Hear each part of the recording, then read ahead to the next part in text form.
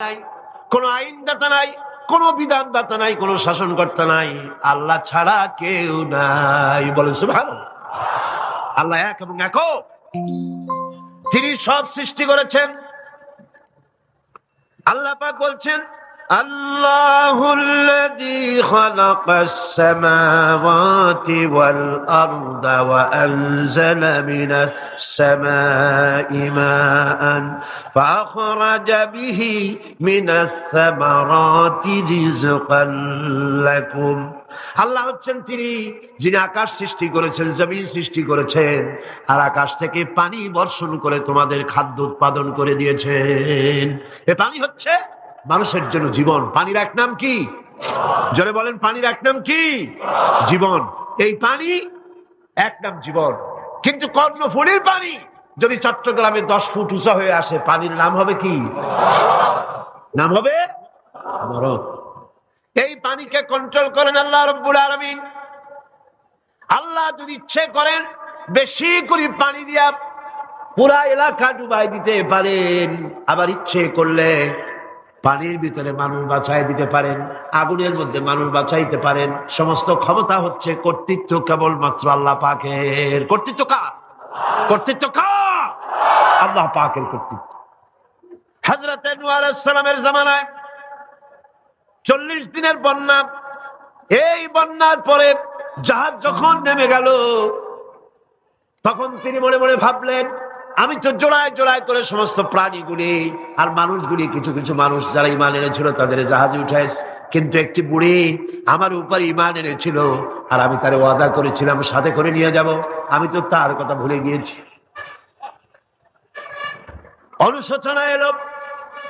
জাহাজ থেকে নেমে চতুর্দিকে লক্ষ্য করলেন, মানুষ নাই, জনপদ নাই, সব শেষ হয়ে গেছে। পাহাড় পর্বত কাত হয়ে পড়েছে, বিল্ডিং গুলি শেষ হয়ে গিয়েছে, কোন জনপদে কোনো প্রাণী নাই, প্রাণী বলতে কিছুই নাই। হঠাৎ দূরে দেখলেন একটা কুঁড়ে ঘরের মতো দেখা যায়। ভাবলেন, এত বড় বন্যার ভিতরে কুঁড়ে ঘর কেমনে থাকলো? আস্তে করে হেঁটে গেলেন কুঁড়ে ঘরের কাছে। ভেতরে মানুষ আছে বলে মনে হলো। বাইরের থেকে প্রশ্ন করলেন, ভিতরে কে? জবাব এলো, আমি এই ঘরের মালিক, আমি এক বুড়ি বিধবা এক মহিলা। তখন নেমে গেল। তখন তিনি মনে মনে ভাবলেন, আমি তো জোড়ায় জোড়ায় করে সমস্ত প্রাণীগুলি আর মানুষগুলি, কিছু কিছু মানুষ যারা ঈমান এনেছিল তাদের জাহাজে উঠাইছে, কিন্তু একটি বুড়ি আমার উপর ঈমান এনেছিল, আর আমি তার ওয়াদা করেছিলাম সাথে করে নিয়ে যাব, আমি তো তার কথা ভুলে গিয়েছি। অনুশোচনা এলো। জাহাজ থেকে নেমে চতুর্দিকে লক্ষ্য করলেন, মানুষ নাই, জনপদ নাই, সব শেষ হয়ে গেছে। পাহাড় পর্বত কাত হয়ে পড়েছে, বিল্ডিং গুলি শেষ হয়ে গিয়েছে, কোন জনপদে কোনো প্রাণী নাই, প্রাণী বলতে কিছুই নাই। হঠাৎ দূরে দেখলেন একটা কুঁড়ে ঘরের মতো দেখা যায়। ভাবলেন, এত বড় বন্যার ভিতরে কুঁড়ে ঘর কেমনে থাকলো? আস্তে করে হেঁটে গেলেন কুঁড়ে ঘরের কাছে। ভেতরে মানুষ আছে বলে মনে হলো। বাইরের থেকে প্রশ্ন করলেন, ভিতরে কে? জবাব এলো, আমি এই ঘরের মালিক, আমি এক বুড়ি বিধবা এক মহিলা, আপনি কে? তিনি বললেন, আমি হচ্ছি এই জামানার পয়গম্বর হযরত নূহ আলাইহিস সালাম। বুড়ি বলছেন, আমারও ধারণা তাই। আপনি আমাকে ওয়াদা করেছিলেন বন্যা হলে পরে, বন্যার আভাস যখন আপনি পাবেন, আমাকে আপনি সাথে করে জাহাজে উঠায় নিয়ে নিবেন। আমার মনে হয় বন্যা কবে হবে সেই খবর দেওয়ার জন্য আপনি এসেছেন। হযরত নূহ আলাইহিস সালাম সিজদায় পড়ে কাঁদতে লাগলেন, বললেন, রব্বুল আলামিন, তোমার কুদরত বোঝার ক্ষমতা আমার নাই। 40 দিন পর্যন্ত পানির ভিতরে মানুষ কেমনে জীবিত রইল? আল্লাহ পাক শোনালেন, নূরে, বিপদ যখন এলো, তুমি তোমার উম্মতকে ভুলে যেতে পেরেছো, ভুলে গিয়েছো, কিন্তু আমি রব্বুল আলামিন রহমানুর রহিম, আমি আমার বান্দিরে ভুলি নাই। পানির স্রষ্টা আল্লাহ, পানির ভিতরে তিনি বাঁচাতে পারেন, আবার তিনি আগুনের ভিতরে বাঁচাতে পারেন, সবকিছু করতে পারেন। সমস্ত ক্ষমতা আল্লাহ পাকের। সমস্ত ক্ষমতা কার? আরো জোরে বলেন, কার? আল্লাহ পাক বলেন, এভাবে করে আমি আকাশ সৃষ্টি করেছি, জমিন সৃষ্টি করেছি, বৃষ্টি দিয়েছি, আর চন্দ্র সূর্য তৈরি করেছি। তারপরে আমি তোমাদেরকে নিয়ামত দিয়ে ভরে দিয়েছি। ওয়া ইন তাউদ্দু নি'মাতাল্লাহি লা তুহসুহা, আমার নিয়ামত যদি গণনা করো গুনে গুনে আমার নিয়ামত শেষ করতে পারবে না। সুবহানাল্লাহ। হাদা খালকুল্লাহি ফাআরুনি মাযা খালাকাল্লাযীনা মিন দুনি, এ হচ্ছে আল্লাহর সৃষ্টি। আর আল্লাহ বাদে অন্যরা কি সৃষ্টি করেছে দেখাও, যদি ক্ষমতা থাকে দেখাও কি সৃষ্টি করেছে অন্যরা। আছে কিছু? আছে কিছু? সমস্ত সৃষ্টির মালিক কে? আরো জোরে বলেন কে? সব কিছুর স্রষ্টা হচ্ছেন আল্লাহ পাক। ওই আকাশের মালিক কে? চিল্লায় বলেন জোরে সোরে, আকাশের মালিক কে? বাতাসের মালিক কে? চন্দ্র সূর্যের মালিক কে? পৃথিবীর মালিক কে? গোটা সৃষ্টি জগতের মালিক কে? সবকিছুর মালিক যিনি, তিনি বলছেন এগুলি সব আমি সৃষ্টি করেছি। ফারুনি মাযা খালাকাল্লাযীনা মিন দুনি, আমি ছাড়া অন্যরা কে কি তৈরি করেছে দেখাও। আল্লাহ রাব্বুল আলামিন এভাবে করে মানুষের জন্য সবকিছু সৃষ্টি করেছেন। তার খাবারের ব্যবস্থা করেছেন, পড়ার ব্যবস্থা করেছেন, গাছপালা তৈরি করেছেন, পানি তৈরি করেছেন, সব ব্যবস্থা করে দিয়েছেন। এমনকি শীতকালে পিঠা খাবেন রসের ব্যবস্থাও করে দিয়েছে। চট্টগ্রামের রস আছে না? কি গাছের রস? খেজুর গাছের রস। এই খেজুর গাছের গোড়া খুঁজতে খুঁজতে 5 মাইল নিচেও যদি চলে যান, খেজুর গাছের মাথায় যেমন রস পাওয়া যায়, খেজুর গাছের 5 মাইল নিচে কি ওরকম এক ফোঁটা পানি পাওয়া যাবে? খেজুর গাছের ভিতরেও কি তেমন পাওয়া যাবে? ঠিক জায়গা মতো কাটলে যেমন রস পাওয়া যাবে, অন্য জায়গায় পাওয়া যাবে না। আবার খেজুর গাছের পাশে একটা নিম গাছ আছে, কিয়ামত পর্যন্ত নিম গাছ গিয়া শোষেন। মিষ্টি লাগবে? কি লাগবে? আল্লাহ রাব্বুল আলামিন, আপনি পিঠা খাবেন, খেজুর গাছ দিয়ে রস তৈরি করে দিলেন। পায়েস খাবেন, চাউল তৈরি করে দিলেন, গম দিয়ে দিলেন। গোশ খাবেন, কিমা খাবেন, কি খাবেন, সমস্ত কিছু রব্বুল আলামিন তৈরি করে মানুষের সামনে দিয়ে দিলেন। আর বললেন খাও, পান করো, খাও, আর আমার শুকর আদায় করো। মাঝে মধ্যে পড়ো আলহামদুলিল্লাহি রাব্বিল আলামিন। এই যে ঠান্ডায় গোটা পৃথিবী, এখনো ঠান্ডা শুরু হয়নি। এই ঠান্ডা শুরু না হওয়ার কারণ আমরা। এটা কারণ কারা? আমরাই। গ্লোবাল ক্লাইমেটের চেঞ্জ এসেছে, গোটা দুনিয়ার আবহাওয়ার পরিবর্তন হয়ে গিয়েছে। শীতের সময় শীত নাই, গরমের সময় গরম নাই। এটা কি খুব ভালো?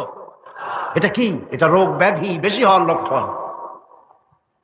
শীত যখন আসে, এত প্রচন্ড শীত, গোটা পৃথিবী যত এসি আছে, সমস্ত শক্তিশালী এসি প্লান্ট একযোগে যদি ছেড়ে দেওয়া হয়, আপনার শীতকালে শীত দেন, তার সহস্র কোটি কোটি ভাগের 1 ভাগের শীতও কি পৃথিবীর মানুষ তার যন্ত্রপাতি দিয়ে তৈরি করতে পারবে? পারবে। সূর্য দিয়ে প্রতি মুহূর্তে আল্লাহ পাক যে তাপ দেন, গোটা বিশ্বের সমস্ত আগুন একসঙ্গে যদি জ্বালানো হয়, সেই তাপ কি তৈরি করা সম্ভব হবে? হবে না। আল্লাহ রাব্বুল আলামিন মানুষের কল্যাণের জন্য মানুষের যা কিছু প্রয়োজন সবকিছু একটা একটা করে এভাবে তৈরি করে মানুষের সামনে সবকিছু দিয়ে দিয়েছেন এবং প্রয়োজন মিটিয়ে দিয়েছেন। যার যা প্রয়োজন তা তিনি মিটিয়ে দিয়েছেন। আমাদের দেশে, আমার দেশের বাঘ, আমার দেশের হরিণ, আমার দেশের কুকুর, তাদের গায়ে তারা যে ধরনের ইউরোপ আমেরিকার শীত প্রধান দেশের পশুগুলি এরকমের না। তার মানে হলো আমার দেশ শীত প্রধান নয়, ছোট্ট ছোট্ট পশম হলে চলে, কিন্তু শীত প্রধান দেশের কুকুরগুলি, বাঘ এবং সিংহ যেগুলি জঙ্গলে থাকে, তাদের গায়ে এমন লম্বা লম্বা পশম দিয়ে আল্লাহ চামড়া বানায় দিয়েছেন, যা দিয়ে তার সম্পূর্ণ শরীরটা ঢেকে যেতেছে। স্থায়ী কম্বলের ব্যবস্থা রব্বুল আলামিন করে দিয়েছেন। কে দিয়েছেন? আল্লাহ পাক দিয়েছেন। এবং সেই চামড়া দিয়ে, সে চামড়া যেন আপনি ব্যবহার করতে পারেন, সেজন্য আল্লাহ পাক আপনার জন্য সুন্দর করে সেই চামড়া দিয়ে কাপড় চোপড় তৈরি করার, জামা ব্যবহার করার সব ব্যবস্থা আল্লাহ করে দিয়েছেন। কম্বল তৈরি করার ব্যবস্থা করে দিয়েছেন। আল্লাহ পাক যা খুশি তাই করতে পারেন। কোরআন বলতেছে ফাআলুন লিমা ইউরিদ, যা খুশি তাই তিনি করেন। লা ইউসআলু আম্মা ইয়াফআলু ওয়া হুম ইউসআলুন, তিনি যা করেন সেজন্য কারো কাছে তাকে কৈফিয়ত দিতে হয় না, বরং গোটা বিশ্ব আল্লাহর কাছে কৈফিয়ত দিতে বাধ্য।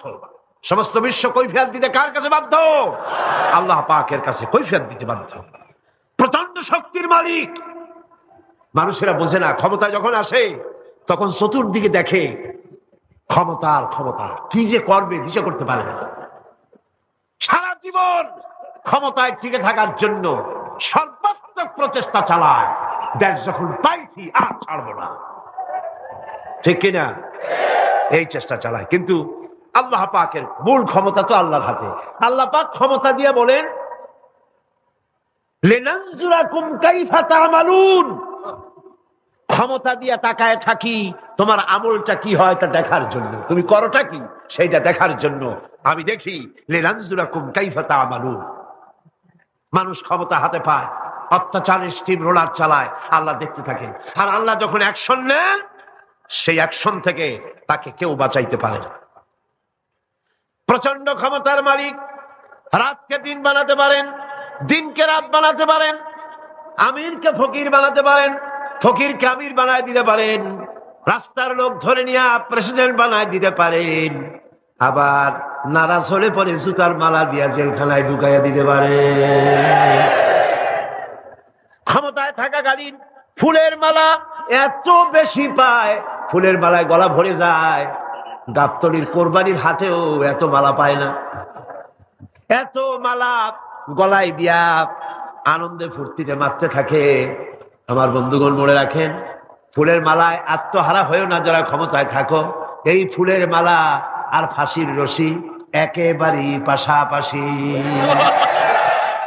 ফুলের মালা থেকে ফুলগুলি ঝরে পড়লেই ওই রশিটাই ফাঁসি হওয়ার জন্য যথেষ্ট, ঠিক কিনা? মানুষ বোঝে না, বোঝে না। আল্লাহ বলেন আমি তাকায় থাকি, দেখি কি করো, তোমার আমলটা কেমন হয়। ক্ষমতার মালিক আল্লাহ, দেওয়ার মালিক আল্লাহ। আর যখন নারাজ হয়ে যান, এক থাপ্পড় মেরে ক্ষমতা ছিনায় নিয়ে যান। পারেন কিনা? পারেন কিনা? ইতিহাস সাক্ষী। কিন্তু ইতিহাসের সবচেয়ে বড় শিক্ষা যে মানুষেরা ইতিহাস থেকে শিক্ষা গ্রহণ করে না। जगत जी लगाने के लिए ये दुनिया नहीं है, जगह जी लगाने के लिए ये दुनिया नहीं है, ये इबरत की जा है तमाशा नहीं है। पृथ्वी खेल तमाशा করার জায়গা না। ইতিহাস থেকে শিক্ষা নাও, পূর্বপুরুষদের দিকে তাকাও। আল্লাহর দ্বীনের কর্মীদের উপরে আঘাত লাগাবার কারণে বংশ শুদ্ধ আল্লাহ সাফ করে দিয়েছেন। দেন নাই? সে আল্লাহ আছে না নাই? চিল্লায় কোন আছে না নাই? সে আল্লাহ পাক আছে। সে আল্লাহকে ভয় করে। ইত্তাকিল্লাহ, সে আল্লাহকে ভয় করে। আল্লাহ পাক ইচ্ছে করলে ক্ষমতা দিতে পারেন, ইচ্ছে করলে ক্ষমতা ছিনায়ও নিতে। সে আল্লাহ রাব্বুল আলামিন ক্ষমতা দেওয়ার মালিক, ক্ষমতা ছিনায় নেওয়ার মালিক, হায়াতের মালিক, মওতের মালিক। সবাই বলুন হায়াতের মালিক কে? মওতের মালিক কে? খাবারের মালিক কে? হাসাবার মালিক কে? কাঁদাবার মালিক কে? সব কিছুর মালিক কে? আল্লাহ রাব্বুল আলামিন। ইন্নাল্লাহা আলা কুল্লি শাইইন কাদির। সব কিছুই উপরে তিনি ক্ষমতাবান, যা খুশি তাই তিনি করেন। এ হচ্ছে আল্লাহর সৃষ্টি। সবকিছু আল্লাহ সৃষ্টি করেছেন। বরং কাফের বেঈমান যারা অস্বীকার করে আল্লাহ রাব্বুল আলামিন, সেই মানুষেরাই বুঝতে পারে না। বরং মানুষ যা কিছু তৈরি করেছে তা সবই আল্লাহর বানানো জিনিস, তার থেকেই করেছে। কথাটা বুঝে আসে না? মানুষ না বুঝেই বিজ্ঞানকে সবকিছুর প্রশংসা বিজ্ঞানের জন্য করে, বিজ্ঞানের জন্যই প্রশংসা অস্থির হয়ে যায়। যেমন ধরুন, রাজশাহী বিশ্ববিদ্যালয়ে আপনার ছেলে পড়ে, 6 মাস টাকা পয়সা পায় না, ধার কর্জ করিয়া তার 6টা মাস চালাইছে। হঠাৎ করে পিয়ন মানি অর্ডার ফর্ম নিয়ে হাজির, 6,000 টাকা পাঠাইছে বাপে। টাকাগুলি নিয়ে সই করে পিয়নের কদমবুসি করে যে বাবাজি এতদিন পরে টাকা নিয়ে আসছেন, আপনার প্রতি আল্লাহ রহম করুন। এটা বুদ্ধিমান না বেকুব? বুদ্ধিমান না বেকুব? আরে বেটা, পিয়ন কি তোর বাজান? টাকাকে পাঠিয়েছে, বাবা পাঠিয়েছে, প্রশংসা তার কর। বিজ্ঞানীরা প্লেন বানিয়েছে, বিজ্ঞানীরা গাড়ি বানিয়েছে, বিজ্ঞানীরা কম্পিউটার তৈরি করেছে, প্রশংসা করো সেই আল্লাহ যে আল্লাহ রাব্বুল আলামিন বিজ্ঞানীর মাথায় বুদ্ধি দিয়েছে। প্রশংসা কর, আল্লাহ পাকের প্রশংসা করতে হবে। হাদা খালকুল্লাহ, যা কিছু আল্লাহ বলছেন এ সব কিছু আল্লাহর সৃষ্টি, মানুষ কিছুই সৃষ্টি করেনি, শুধু আল্লাহর সৃষ্টি দিয়ে জোড়া তালি দিয়ে বানিয়েছে, ঠিক না? আল্লাহর বানানো জিনিস দিয়ে জোড়া তালি দেওয়া হয়েছে। আল্লাহ পাকের সৃষ্টি তো দূরের কথা, আল্লাহকেই মানতে চায় না। কি বলে? বলে আনসিন ইজ নাথিং। শুনছেন কথা? আনসিন ইজ নাথিং, যা দেখা যায় না তা কিছুই না, মানি না। যার রং নাই, রূপ নাই, ধরা যায় না, ছোঁয়া যায় না, অনুভব করা যায় না, তা মানি না। নাউযুবিল্লাহ। এই কথা দিয়ে তারা আল্লাহরে অস্বীকার করতে চায়। অথচ এই ভদ্রলোকেরা মাধ্যাকর্ষণ না দেখেই বিশ্বাস করে মাধ্যাকর্ষণ আছে, ঠিক কিনা? এই ভদ্রলোকেরা বিদ্যুতের শক্তি দেখেই, বিদ্যুৎকেও দেখে। আপনারা দেখতেছেন বিদ্যুৎ, বিদ্যুতের শক্তি দেখে বিদ্যুৎকে বিশ্বাস করে। বাতাসের প্রচন্ডতা দেখে বাতাসকে অনুভব করে, বিশ্বাস করে। অক্সিজেন চোখে দেখে না, ইথারকে চোখে দেখে না, বিশ্বাস করে। কিন্তু এমনই নাস্তিক, এমনই কপাল পোড়া যে আল্লাহরে দেখা যায় না তাই বিশ্বাস করা যাবে না। এক নাস্তিকের সাথে হযরত ইমাম আবু হানিফা রাহমাতুল্লাহ আলাইহির এক বিতর্ক অনুষ্ঠান হলো। সেই বিতর্ক অনুষ্ঠানে ইমাম আবু হানিফা রাহমাতুল্লাহ আলাইহি পৌঁছতে বেশ দেরি করলেন। নাস্তিক তখন উপস্থিত জনতাকে বলছে, দেখো তোমাদের ইমাম, তোমাদের ইসলামী চিন্তাবিদ যুক্তিতে দুর্বল, সেই জন্য আসতেছে না। বেশ কিছুক্ষণ দেরি করে তিনি উপস্থিত হলেন। নাস্তিক বলল, আগে আপনি বলেন, আপনি ওয়াদা ভঙ্গ করলেন কেন? সময় মতো আসতে পারলেন না কেন? তিনি জবাবে বললেন, দেখো আমি অনেক দূর থেকে এসেছি, এসে দেখি সামনে নদী, এখন পার হবো কেমনে? কোন নৌকার ব্যবস্থা নাই।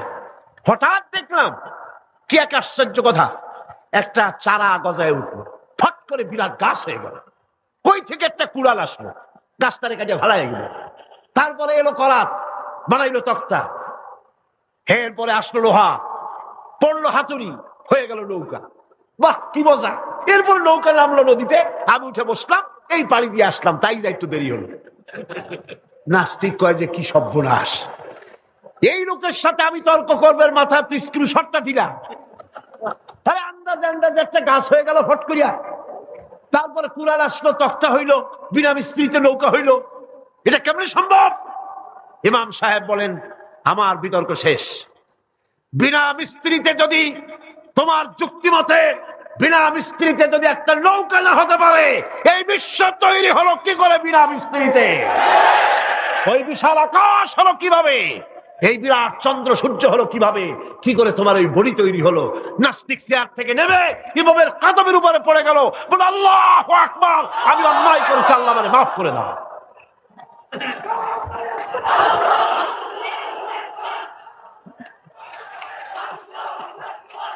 নাস্তিক ঘোষণা করে দিল, লা ইলাহা ইল্লাল্লাহু মুহাম্মাদুর রাসূলুল্লাহ।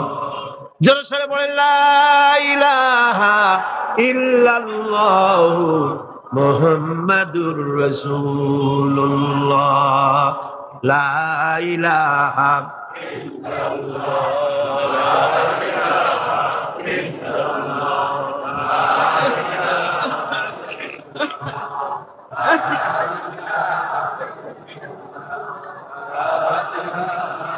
খালকুল্লাহ, এ হলো আল্লাহর সৃষ্টি। কার সৃষ্টি বলেন সবাই খুশি হয়ে? কার সৃষ্টি?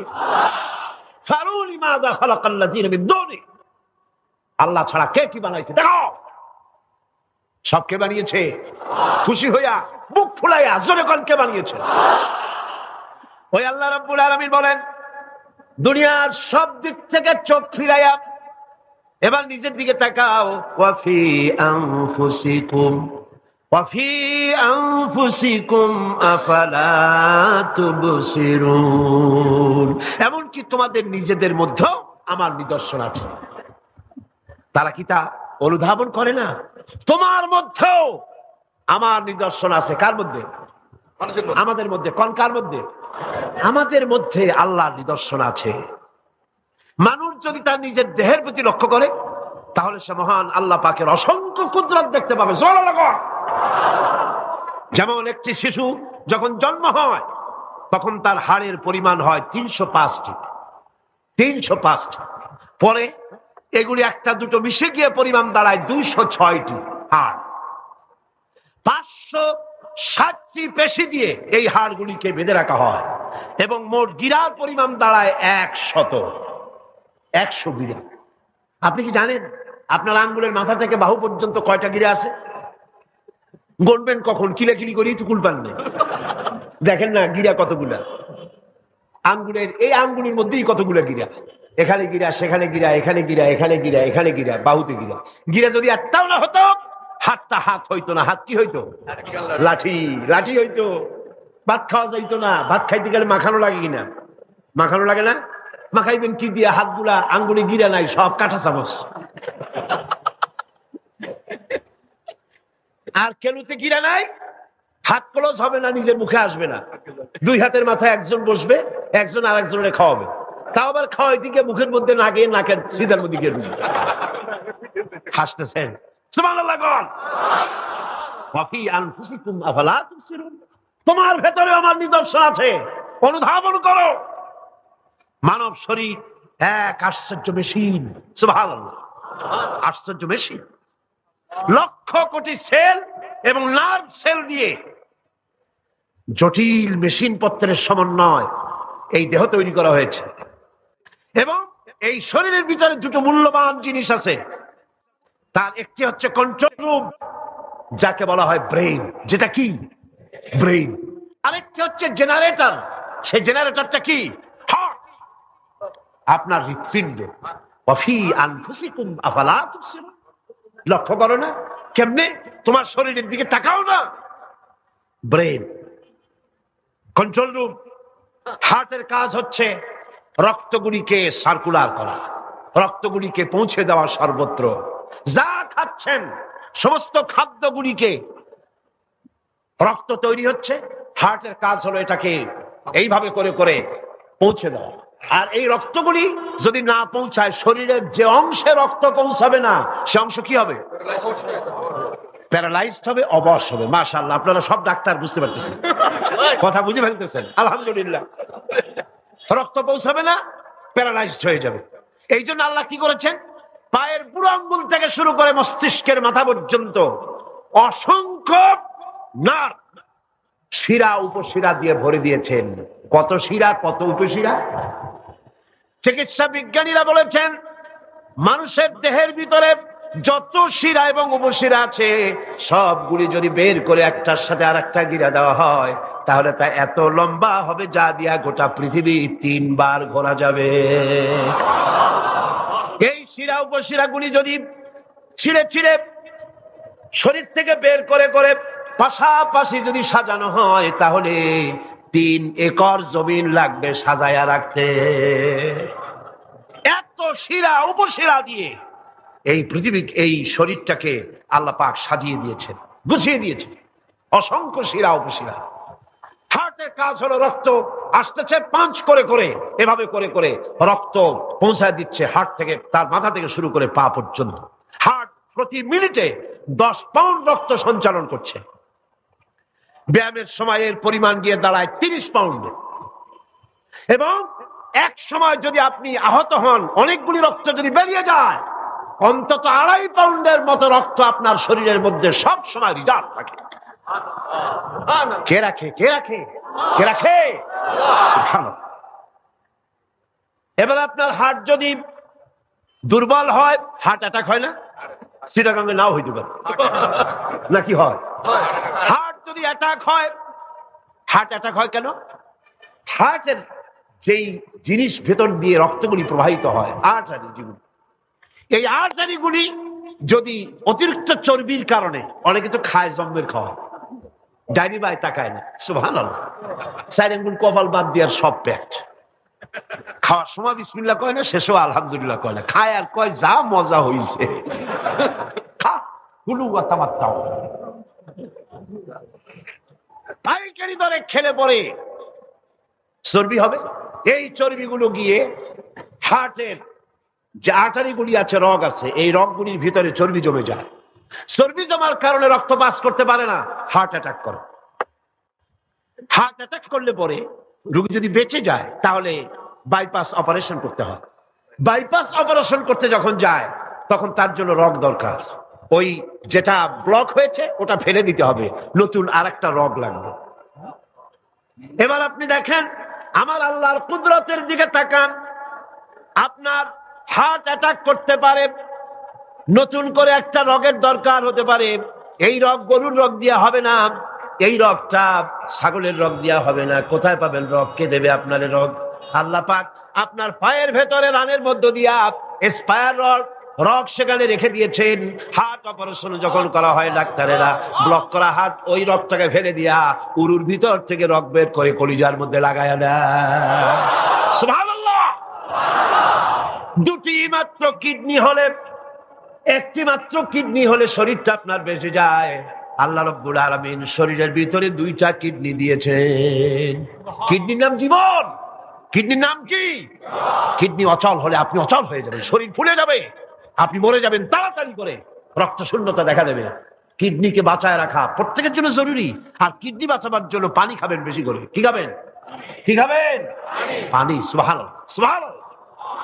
এ পানি খান নিয়ামত, পানির অপচয় করবেন না। আমার নবী বলেছেন প্রবাহমান নদীর ঘাটে বসেও এক ফোঁটা পানির অপচয় করো না। প্রবাহমান নদীর ঘাটে বসেও পানির অপচয় করো না। সুবহানাল্লাহ। পানি নিয়ামত, পানি খান বেশি করে, কিডনি সচল থাকবে। আলহামদুলিল্লাহ। একটা কিডনি হলে চলে, আল্লাহ পাক দুটি কিডনি দিয়েছেন, একটা বন্ধ হলে যেন আর একটা দিয়ে সে যেন চলতে পারে। সুবহানাল্লাহ। মানুষের শরীরের ভেতরে এই পরিমাণ লেমন আছে যা দিয়া একটা ঘর সাদা বানানো যায়, এই পরিমাণ ফসফরাস আছে যা দিয়া ২৫০০ ম্যাচ বানানো যায়।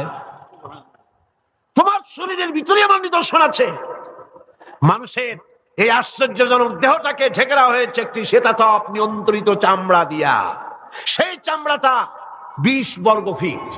এই চামড়ার ভেতরে রয়েছে অসংখ্য লোমকূপ, অসংখ্য লোমকূপ দিয়ে এই চামড়াটা তৈরি করে দেওয়া হয়েছে, এবং এই চামড়া দিয়ে শীত এবং গরম অনুভব করার শক্তি দেওয়া হয়েছে। দুটি চোখ দেওয়া হয়েছে, শ্রবণের জন্য কান দেওয়া হয়েছে। কে তিনি যিনি আমরা চোখ দিয়া নেগেটিভ দেখি? চোখ দিয়া কি দেখি? চোখ দিয়া দৃশ্যের নেগেটিভটা দেখি, ওই দেখার সাথে সাথে ব্রেনের ভিতরে গিয়া কোন শক্তি পজিটিভ বানায়া আমারে দেখায়। তার নাম কি? আমার কানের ভিতরে অসংখ্য শব্দ চতুর্দিক থেকে আসে, শব্দগুলিকে বিন্যস্ত করে একটা একটা করে শুনবার জন্য আমার কে কানের ভিতরে কে ব্যবস্থা করে দিয়েছেন? তার নাম কি? একটা মাত্র জিহ্বা, একটি মাত্র জিহ্বা মুখের মধ্যে আল্লাহ দান করেছেন। এই জিহ্বার ভিতরে কত স্বাদ আল্লাহ রাব্বুল আলামিন দান করে দিলেন। এই জিহ্বায় রসগোল্লার স্বাদ একরকম, জিলাপির স্বাদ আর একরকম, চানাচুরের স্বাদ একরকম, পুঁটি মাছের স্বাদ একরকম, লট্টা ফিশের স্বাদ আর একরকম, ঠিক কিনা? শুটকি মাছের স্বাদ আর একরকম, কাবাবের স্বাদ আর একরকম, আপেলের স্বাদ একরকম, বড়ের স্বাদ একরকম। একটা জিহ্বা দিয়া হাজারো স্বাদ নেওয়ার তৌফিক দিলেন আল্লাহ। সেই খাবার সময় বিসমিল্লাহ বলে না, পরেও আলহামদুলিল্লাহ কয় না। এত নিয়ামত দিয়ে আল্লাহ পাক এই শরীরকে সাজিয়েছেন, শরীরটাকে সুন্দর করেছেন, সুগঠিত করেছেন। আল্লাহ পাক বলেন তোমার শরীরের ভিতরে রয়েছে আমার দৃষ্টান্ত, এগুলি দেখো। তোমার ব্রেইন, মানুষের মাথায় যে মাথার ভিতরে যে ব্রেইন দেওয়া হয়েছে, এর ভিতরে রয়েছে অসংখ্য সেল, যার মধ্যে বুদ্ধি, প্রজ্ঞা, সুখ, দুঃখ, মেমোরি। এই পৃথিবীতে মানুষের মাথায় যে ব্রেন দেওয়া হয়েছে, এটা সর্বোচ্চ ওজন হচ্ছে 3 পাউন্ড। 3 পাউন্ড ওজনের এই বস্তুটিকে রাখা হয় মাথার খুঁড়ির মধ্যে, মাথার মাঝখানে।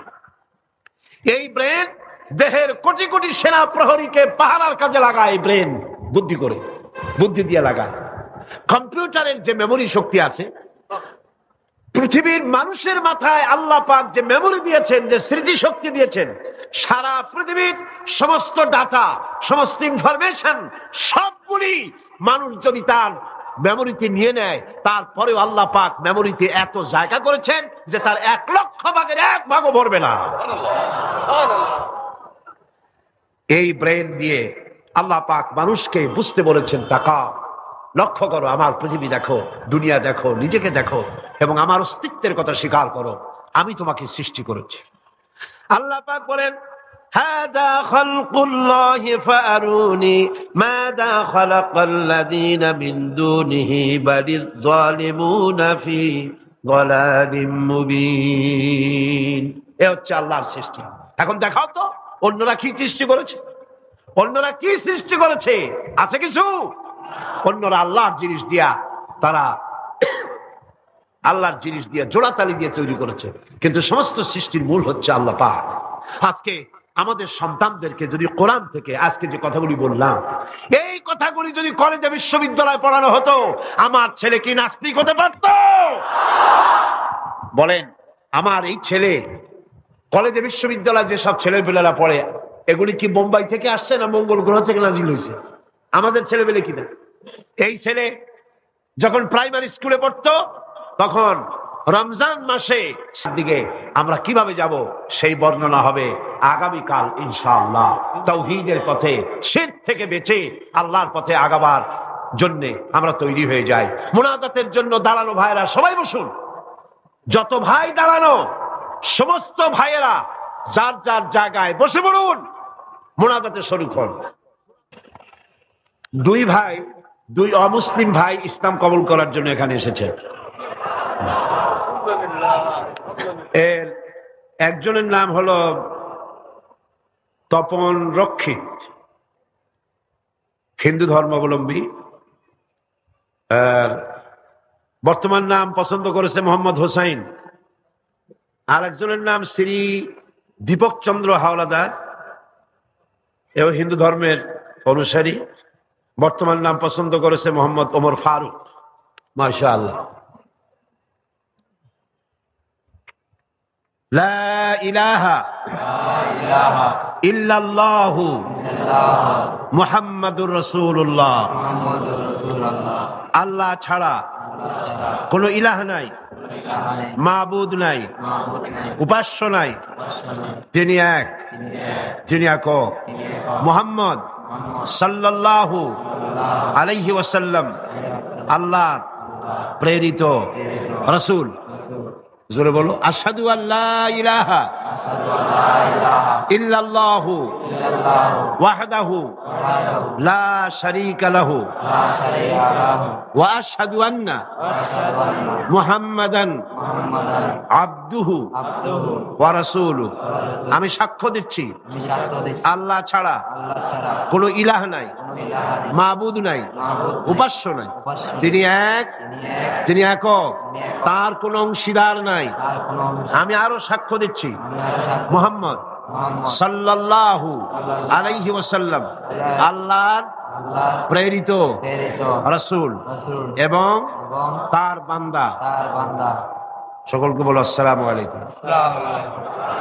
এই 2 তরুণ যুবক একটু আগে মুশরিক ছিল, এখন তারা আমাদের তাওহীদি ভাই।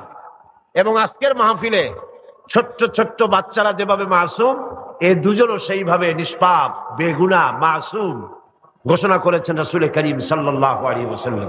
অর্থাৎ অমুসলিম যখন ইসলাম কবুল করে, মুখে উচ্চারণ করে, মনে প্রাণে বিশ্বাস করে কালেমায়ে তাইয়্যিবা এবং কালেমায়ে শাহাদাত উচ্চারণ করে, জিন্দেগীর সমস্ত গুনাহ থেকে আল্লাহ পাক মাফ করে দেন। সুতরাং আমি তাদেরকে বুকের সাথে আলিঙ্গন করে সম্মানিত করছি।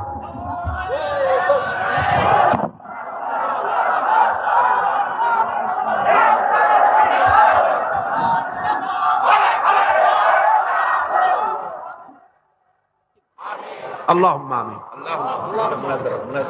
ربنا ظلمنا أنفسنا وإن لم تغفر لنا وترحمنا لنكونن من الخاسرين.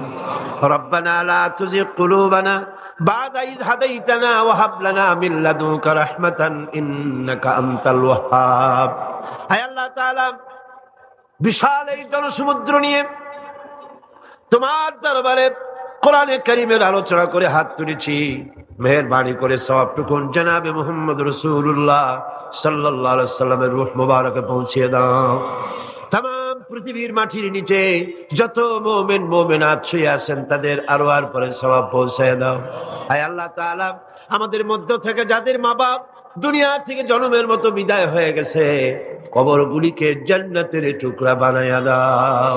রব্বির হামহুমা কামা রব্বায়ানি সগীরা। সবাই পড়েন, রব্বির হামহুমা কামা রব্বায়ানি সগীরা।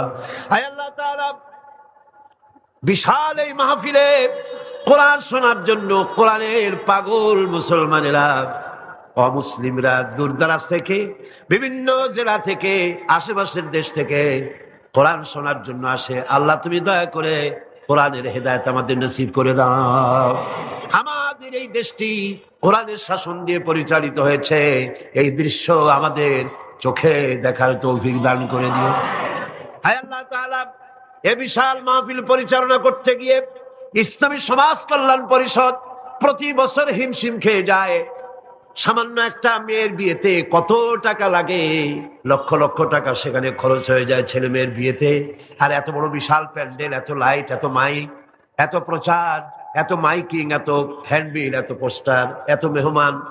আয় আল্লাহ তাআলা, এত ভলেন্টিয়ার, কত বেশি খরচ হতেছে। আল্লাহ তোমার বান্দাদেরকে বোঝার তৌফিক দিয়ে দাও।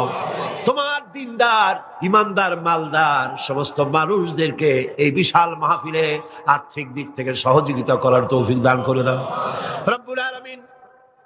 5 দিন মাহফিলের 2 দিন চলে গেল, আর 3 দিন আমাদের সামনে তোমার কুদরতের আপন কুদরতি নিজাম দিয়া বাকি 3 দিন আল্লাহ তুমি চালাইয়া দিও। এই মাহফিল যেন ঋণগ্রস্ত হয় না, আল্লাহ ঋণ পরিশোধের তৌফিক দান করে দিও রব্বুল আলামিন। সকলকে হেদায়েত নসিব করে দিও। হায় আল্লাহ তাআলা, আমাদের জীবনের রোগ ব্যাধি মাফ করে দিও। আমাদের আশা আকাঙ্ক্ষা জীবনের নেক বাসনা পুরা করে দিও। মা বোনেরা কষ্ট করে আসেন, হায় আল্লাহ মা বোনদের উপরে তোমার খাস রহমত নাজিল করো। আগামী বৃহস্পতিবার মা বোনদের জন্য আলাদা ভাবে সকাল বেলায় যে আয়োজন করা হবে, হে আল্লাহ সেখানে চিরগংবাসী সমস্ত মহিলাদেরকে আসার তৌফিক দান করে দিও। তাদের জন্য আলাদা ভাবে কোরআনের কথা, হাদিসের কথা তাদের শোনাবার তৌফিক দান করে দিও রব্বুল আলামিন। এই মাহফিল কিয়ামত পর্যন্ত আল্লাহ তুমি কবুল করো। এই মাঠ যারা দিলেন, হে আল্লাহ প্যারেড ময়দান, রজব আলী ময়দান যারা ছেড়ে দিল, আল্লাহ তুমি তাদেরকে জান্নাতের ময়দান ছেড়ে দিও রব্বুল আলামিন। কোরআনের কথা আজকে বললাম, কোরআনের শিক্ষার কথা বললাম। আমার জাতিকে, এই দেশের সরকারকে এই কথাটা বোঝার তৌফিক দান করে দাও। ধর্ম নিরপেক্ষ মতবাদ একটি কুফরি মতবাদ, মুসলমানদের জন্য গ্রহণযোগ্য মতবাদ এটা না। এই জিনিসটা তাদের বোঝার তৌফিক দাও। ধর্ম নিরপেক্ষ শিক্ষা ব্যবস্থাকে দূরে ছুঁড়ে মেরে কোরআন সুন্নাহ অনুযায়ী ইসলামী শিক্ষা চালু করার তৌফিক এদের দিয়ে দাও। আয় আল্লাহ, যে সমস্ত মেহমানদেরকে এখানে দাওয়াত দেওয়া হয়েছে, সমস্ত মেহমান সহি সালামতে তাদের যাতায়াতের ব্যবস্থা করে দিও এবং তাদেরকে সুন্দর করে উপস্থাপনা করার বলার তৌফিক দান করে দিও রব্বুল আলামিন। তুমি আমাদের দিলের সমস্ত নেক কামনা পুরা করো এবং আমাদেরকে তোমার খাঁটি গোলামদের মধ্যে শামিল করো রব্বুল আলামিন। কিয়ামতের দিন তুমি মেহেরবানি করে আমাদেরকে তোমার গোলাম হিসাবে কবুল করে নিও। রব্বানা তাকাব্বাল মিন্না ইন্নাকা আনতাস সামিউল আলিম ওয়া তুব আলাইনা ইন্নাকা আনতাত তাওয়াবুর রহিম। সুবহান রাব্বিকা রাব্বিল ইজ্জাতি আম্মা ইয়াসিফুন ওয়া সালামুন আলাল মুরসালিন আলহামদুলিল্লাহি রাব্বিল আলামিন। ওয়াজআল আখিরা কালিমাতিনা ইনদাল মাউত লা ইলাহা ইল্লাল্লাহু মুহাম্মাদুর রাসূলুল্লাহ। আসসালামু আলাইকুম ওয়া রাহমাতুল্লাহ।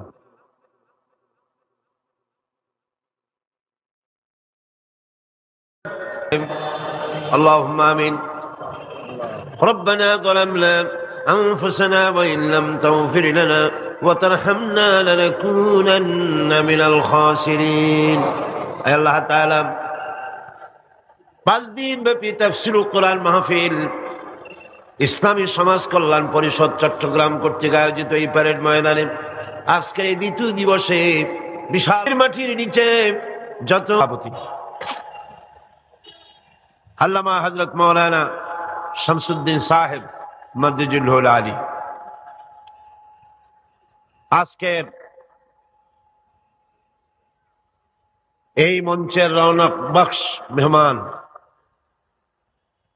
আন্তর্জাতিক খ্যাতি সম্পন্ন মুফাসসির কোরআন শাইখুল হাদিস আল্লামা হযরত মাওলানা আবুল কাসিম মুহাম্মদ সিফাতুল্লাহ দামাত বারকাতুহুল আলিয়া, হাজারাত উলামায়ে কেরাম, সম্মানিত সুধীমণ্ডলী, সুপ্রিয় সাংবাদিক বৃন্দ, সম্মানিত উপস্থিতি, পর্দার আড়ালের মা এবং বোনেরা, আসসালামু আলাইকুম ওয়া রাহমাতুল্লাহি ওয়া বারাকাতুহু।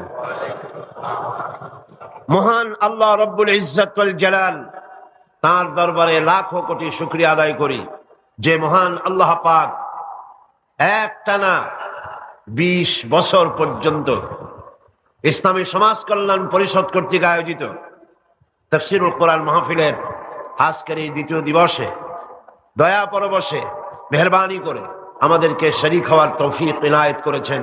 তার দরবারে হৃদয়ের সবটুকু আবেগ উজাড় করে আমরা শুকরিয়া জ্ঞাপন করছি। আমরা পড়ছি আলহামদুলিল্লাহ, জোরে সোরে মোহব্বতের সাথে একযোগে সবাই পড়েন আলহামদুলিল্লাহ।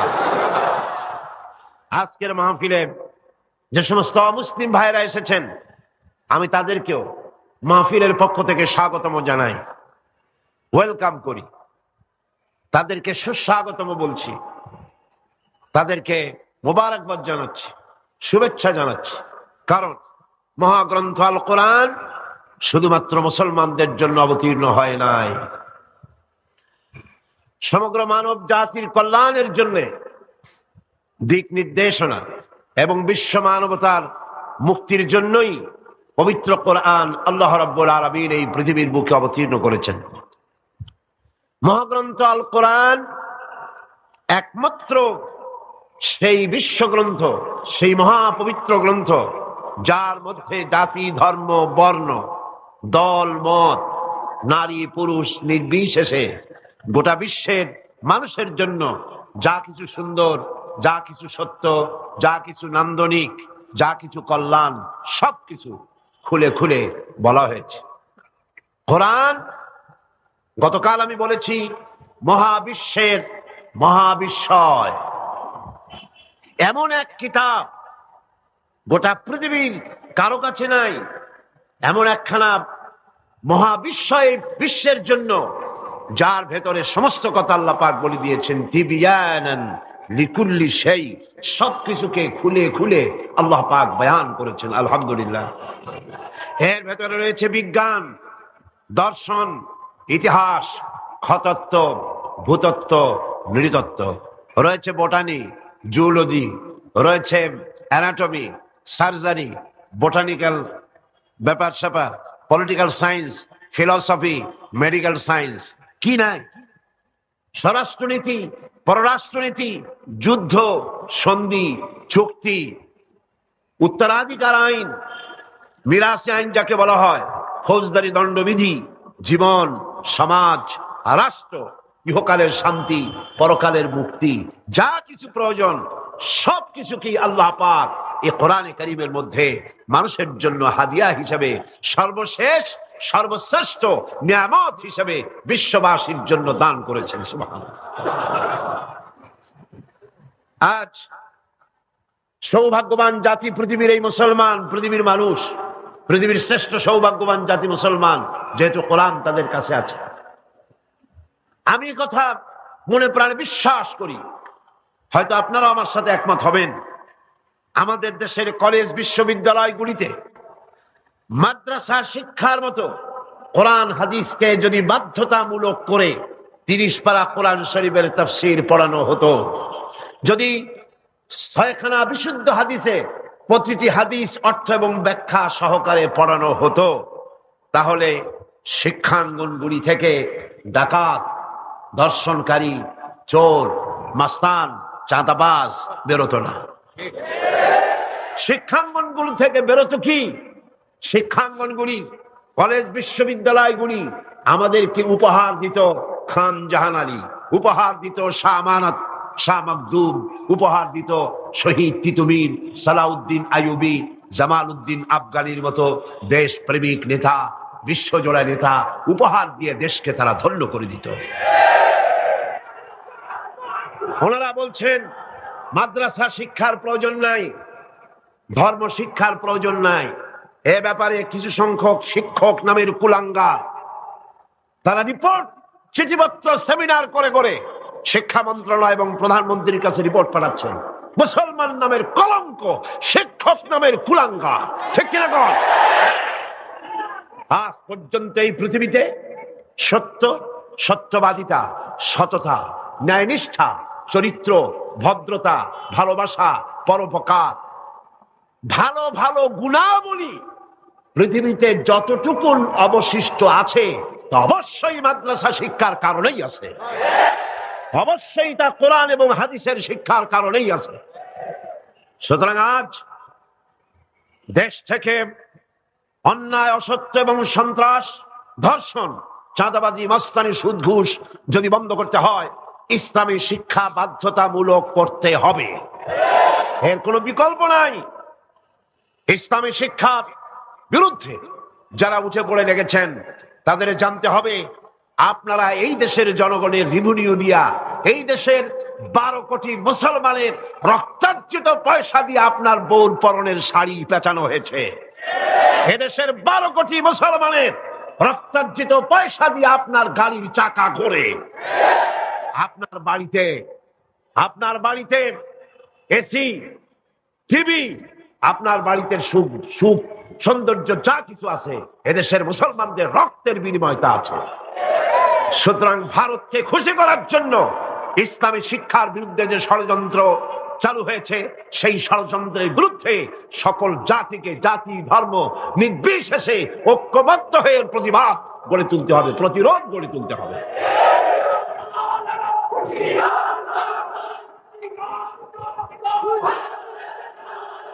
আমি বলতে চাই, ধর্মীয় শিক্ষা বাধ্যতামূলক করার অর্থ এটা নয় যে হিন্দুদেরকে ধরে ধরে ইসলাম শেখানো হবে, এর অর্থ কি তাই? খ্রিস্টানদেরকে ইসলাম শেখানো হবে, অর্থ কি তাই? না। ধর্মীয় শিক্ষা বাধ্যতামূলক করার অর্থ হলো হিন্দু তার হিন্দু ধর্ম শিখতে বাধ্য, কম্পালসারি। খ্রিস্টান তার ধর্ম শিখবে, বৌদ্ধরা তার ধর্ম শিখবে, আর মুসলমানেরা ইসলাম শিখবে। কলেজ, বিশ্ববিদ্যালয়, প্রাইমারি থেকে শুরু করে মাস্টার ডিগ্রি পর্যন্ত কোরআন এবং হাদিস শিখবে সেইভাবে যেভাবে মাদ্রাসায় শেখানো হয়। তাহলেই চুরি কমবে, ডাকাতি কমবে, জিনা কমবে, বদমাশি কমবে। কথা ঠিক কিনা কর? একটি প্রমাণ দিয়ে মূল আলোচনায় ফিরে যাব। বাংলাদেশে 460টি থানা আছে, এখন থানা আরো কিছু বেড়েছে। এই থানাগুলিতে ব্ল্যাক লিস্ট আছে, যেখানে ওই থানার অধীনে যত চোর আছে, ডাকাত আছে, হাইজাকার আছে, সকলের নাম তালিকাভুক্ত আছে থানায়, আছে না? আছে কিনা? আপনার এই চট্টগ্রাম পাহাড়তলী থানা, কোতোয়ালি থানা, চন্দনাইশ থানা, আরো কি কি থানা আছে না? হ্যাঁ, XX, ডবল মুরিং থানা আছে, এই সমস্ত সাতকানিয়া থানা আছে। এই সমস্ত থানায় আপনি চেক করেন, ওসি সাহেবকে বলেন আপনার এই থানায় বিগত 26 বছরের ব্ল্যাক লিস্টটা দেখান। যেই লিস্টটিতে আপনার থানার চোর, ডাকাত, জেনাকার, বদমাশ, ছিনতাইকারী, মাস্তান, চাঁদাবাজ, ধর্ষণকারী যাদের লিস্ট আছে, ওই লিস্ট আমাকে একটু দেন। দেখুন 26 বছরের এই লিস্টের ভিতরে মৌলানা সাহেবের নাম আছে কয়টা? হাফেজে কোরআনের নাম আছে কয়টা? মাদ্রাসা শিক্ষকের নাম আছে কয়টা? চোর, ডাকাত, লুটেরার নাম আছে কয়টা? অর্থ কি দাঁড়ালো? অর্থ দাঁড়ালো এই, মাদ্রাসা শিক্ষা জাতিকে উপহার দেয় সৎ এবং চরিত্রবান নাগরিক। কলেজ বিশ্ববিদ্যালয়কে আমি খারাপ বলি না, পাত্র তো নিশ্চয়ই ভালো, এ মাইক তো অবশ্যই ভালো, তাফসীর হবে ভালো, বক্তব্য হবে ভালো, জাতি গঠনের কথা হবে ভালো, কিন্তু অশ্লীল গান যখন এটা দিয়ে প্রচার হবে তখন মাইক খারাপ না যে গায় সে খারাপ? তাহলে কলেজ বিশ্ববিদ্যালয় নিশ্চয়ই খারাপ নয়। কলেজ বিশ্ববিদ্যালয় পবিত্র শিক্ষাঙ্গন, অপবিত্র দুষ্ট হচ্ছে সেই সরকার যে সরকার কলেজ বিশ্ববিদ্যালয় থেকে ভালো চরিত্রবান ছাত্র তৈরির জন্য শিক্ষানীতি ইসলামী করে না। আল্লাহ রাব্বুল আলামিন এই জাতিকে সুমতি দান করুন বলি আমিন। কোরআন কি শিখায়? আসুন কোরআনের কাছে যাই। কোরআনের শিক্ষানীতি আমরা আসছি, সেদিকে সরকারকে বুঝাতে চাই। নিশ্চয়ই সরকারের কেরামন কাতিবিনরা এখানে ঘোরাফেরা করতেছেন, আছে না? ভালো করে লিখেন, উল্টা পাল্টা করে লিখবেন না, যেহেতু কলম বুমেরাং হতে সময় লাগে না, সময় লাগে না। যেটা বলি সেটাই লিখেন। সরকারকে জানিয়ে দেন দেশের জনগণ কুদরতে খোদা শিক্ষা কমিশন রিপোর্টকে ধিক্কার দেয়, থুথু নিক্ষেপ করে। এদেশের 12 কোটি জনগণ তারা চায় এই কোরআনের শিক্ষা। কিসের শিক্ষা? কোরআনের শিক্ষা চায়।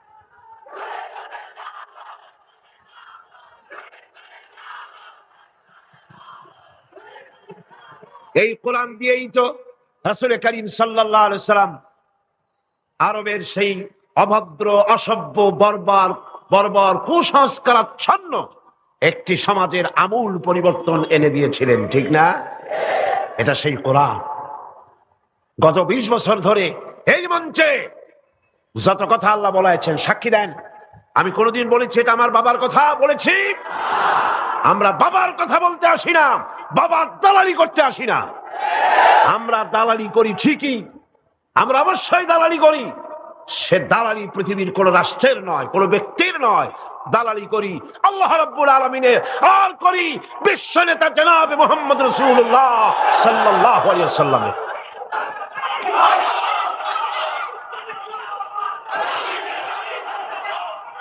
এই দালালি যদি অপরাধ হয়, এই দালালি যদি অপরাধ হয়, তাহলে এই অপরাধের জন্য ফাঁসির মঞ্চে চড়তে রাজি আছি। আল্লাহর কথা, রাসূলের কথা বলতেই থাকবো ইনশাআল্লাহ। আল্লাহ যেন সে তৌফিক আমাদের দেন। কোরআন আজিম কিতাব।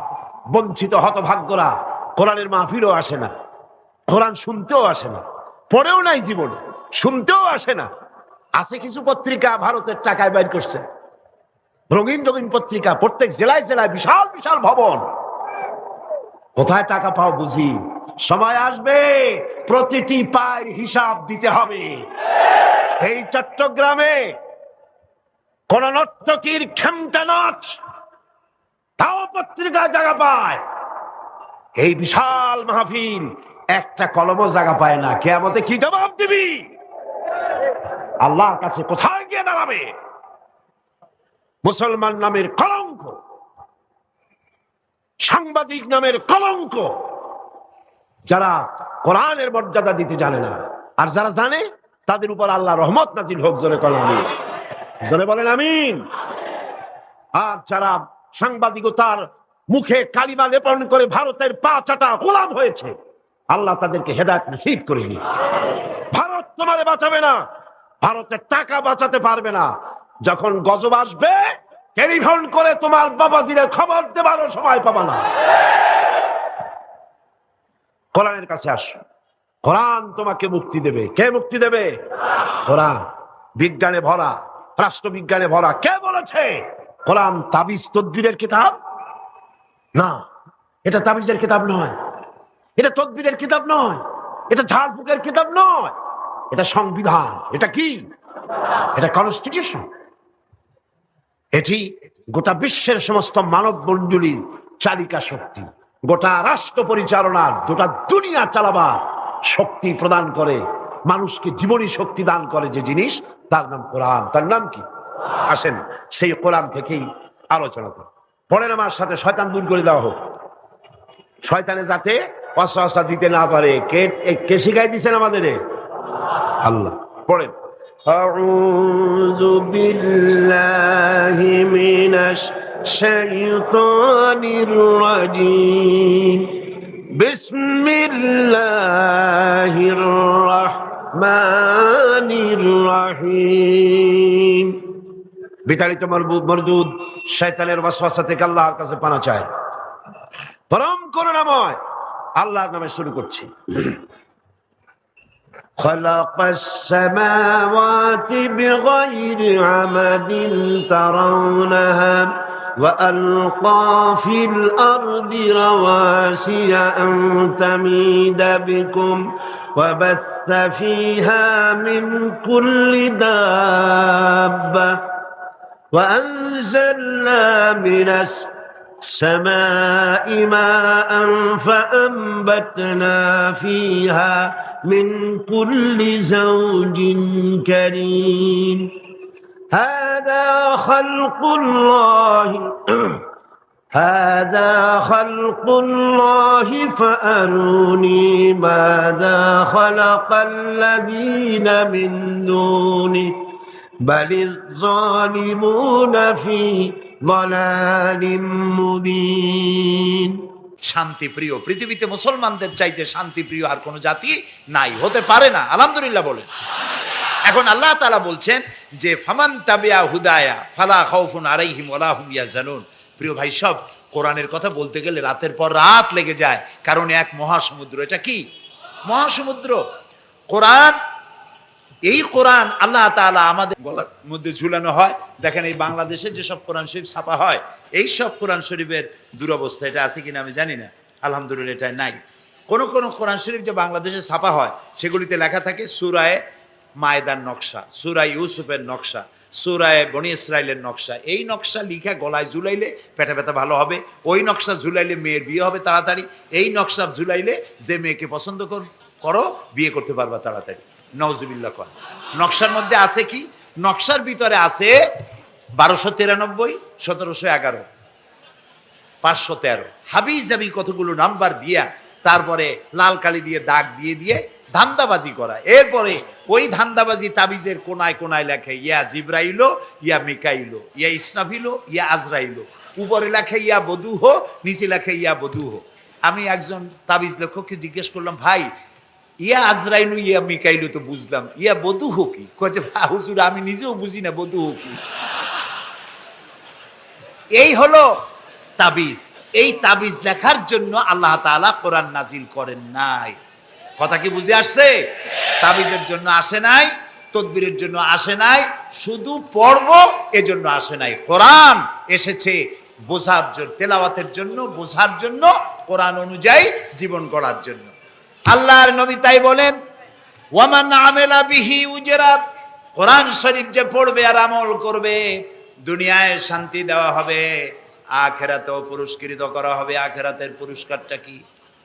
নবীজি বলেছেন, মান কারাল কোরআনা ফাস্তাজহারাহু ফাহাল্লা হালালাহু ওয়া হাররামা হারামাহু আদখালাহুল্লাহুল জান্নাহ ওয়া শাফাআহু ফি আশরাতিন মিন আহলি বাইতিহি কুল্লুহুম কাদ ওয়াজাবাত লাহুন নার। সাদাকান নবী সাল্লাল্লাহু আলাইহি ওয়াসাল্লাম। নবী করিম সাল্লাল্লাহু আলাইহি ওয়াসাল্লাম বলেছেন, যে ব্যক্তি কোরআন পড়লো, বুঝলো, আর কোরআনের হালালকে হালাল জেনে চললো, হারাম থেকে বিরত থাকলো, আর কোরআনের আইনকে প্রতিষ্ঠিত করার আন্দোলনে শরীক হলো, সুবহানাল্লাহ গণ, এরকম লোককে আল্লাহ তাআলা কিয়ামতের দিন জান্নাত দান করবেন। সুবহানাল্লাহ। ওয়ামান আমেলা বিহি উজরা ওয়ামান হাকামা বিহি আদালা। এই কোরআন শরীফ দিয়ে যে বিচার করবে, আল্লাহ তাআলা বলছেন সেই করবে কেবলমাত্র জাস্টিস, কিসত, জাস্টিস, ইনসাফ কায়েম করতে পারবে, যে কোরআন দিয়ে বিচার ফয়সালা করবে। আমাদের দেশে এই যে কোর্ট কাছারি আদালত আছে, এই কোর্ট কাছারি আদালতগুলি কোরআন দিয়ে যদি বিচার করতেন সেটা ইনসাফ হতো। যেহেতু ইনসাফ, আল্লাহর চাইতে ইনসাফগার আর কেউ নাই। আছে কি বলেন? নাই। এখানে ধরুন একজন মানুষ যদি একজনের একটা ঠ্যাং ভাঙ্গে ফেলাই দিল, তাহলে বিচার কি হবে? ব্রিটিশ ল যেটা আছে, বাংলাদেশ পেনাল কোড যেটা আছে, এই পেনাল কোডে বলা হবে যে সলিমউদ্দিন ঠ্যাং ভাঙছে বসিরউদ্দিন, যে ভাঙছে তার জন্য শাস্তি এই হবে 6 মাসের জেল, 2000 টাকা জরিমানা করে দিল। এখন আপনি বলেন বিচার মাফে কি দিয়া? ইনসাফের প্রতীক কি? ইনসাফের প্রতীক দাড়িপাল্লা। এই দাড়িপাল্লায় এখন আপনি ওজন দেন ইনসাফ। ঠ্যাং ভাঙছে কার? সলিমুদ্দিন, তার ভাঙ্গা ঠ্যাং এক পাশে থন এক পাল্লায়। আর বসিরুদ্দিন ভাঙছে ঠ্যাং, সেই কারণে তার 2000 টাকা জরিমানা আর 6 মাসের জেল আর এক পাল্লায় রাখেন। এবার দাড়ি ধরে টান দেন, সমান হবে? যদি 50,000 টাকা জরিমানা হয় আর 6 বছরের জেল হয়, তাও কি সমান হবে? হবে না। সমান হবে কি হলে? সমান হবে ওই সলিমুদ্দিন ভাঙ্গা ঠ্যাং এক পাল্লায় দাও, আর যে ভাঙছে তার নাম কি?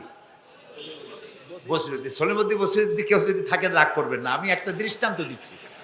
এখন ওই বসিরুদ্দিন ভাঙ্গা তারও একটা ঠ্যাং ভাঙ্গিয়া যদি এই পাল্লায় রাখেন, এখন যদি টান দেন তাহলে সমান হবে কিনা বলেন? এটা হচ্ছে কোরআন। এই কোরআন বলছে পায়ের বদলে পা, হাতের বদলে হাত, নাকের বদলে নাক, চোখের বদলে চোখ, জানের বদলে জান। সুবহানাল্লাহ। এটা ইনসাফ। এই ইনসাফ হচ্ছে কোরআনের দেওয়া ইনসাফ। সুতরাং আল্লাহ তাআলা নবী বলছেন ওমান হাকামা বিহি আদালা, যে ব্যক্তি এই কোরআন দিয়ে বিচার ফয়সালা করবে, যে ব্যক্তি, যে পরিবার, যে সমাজ, তারা ইনসাফ কায়েম করতে পারবে। যেহেতু আল্লাহর চাইতে ইনসাফগার পৃথিবীতে আর কেউ নাই, আকাশেও নাই, জমিনেও নাই। রাসূলুল্লাহ বলছেন ওয়ামান দা ইলাইহি হুদিয়া ইলা সিরাতিল মুস্তাকিম, যে ব্যক্তি কোরআনের দিকে মানুষকে দাওয়াত দেয়, সেই একটি সহজ সরল রাস্তার দিকে দাওয়াত দেয়, যে রাস্তার শুরু পৃথিবী থেকে আর রাস্তার শেষ জান্নাতুল ফেরদাউসে গিয়া। সুবহানাল্লাহ। এটা হচ্ছে সেই কোরআন। বুঝতে না পারার কারণে আমরা বিপদে পড়েছি। প্রিয় ভাই সব, আপনারা আছেন কষ্টে, বসেছেন পানির মধ্যে, আছেন দাঁড়াইয়া, মাথার উপরে ছেঁড়া সামিয়ানা বিরক্ত করছে। আমি লম্বা করতে চাই না, অল্পের মধ্যে ছেড়ে দেই, যাতে করে আপনাদেরও সুবিধা হয়, কষ্ট না হয়।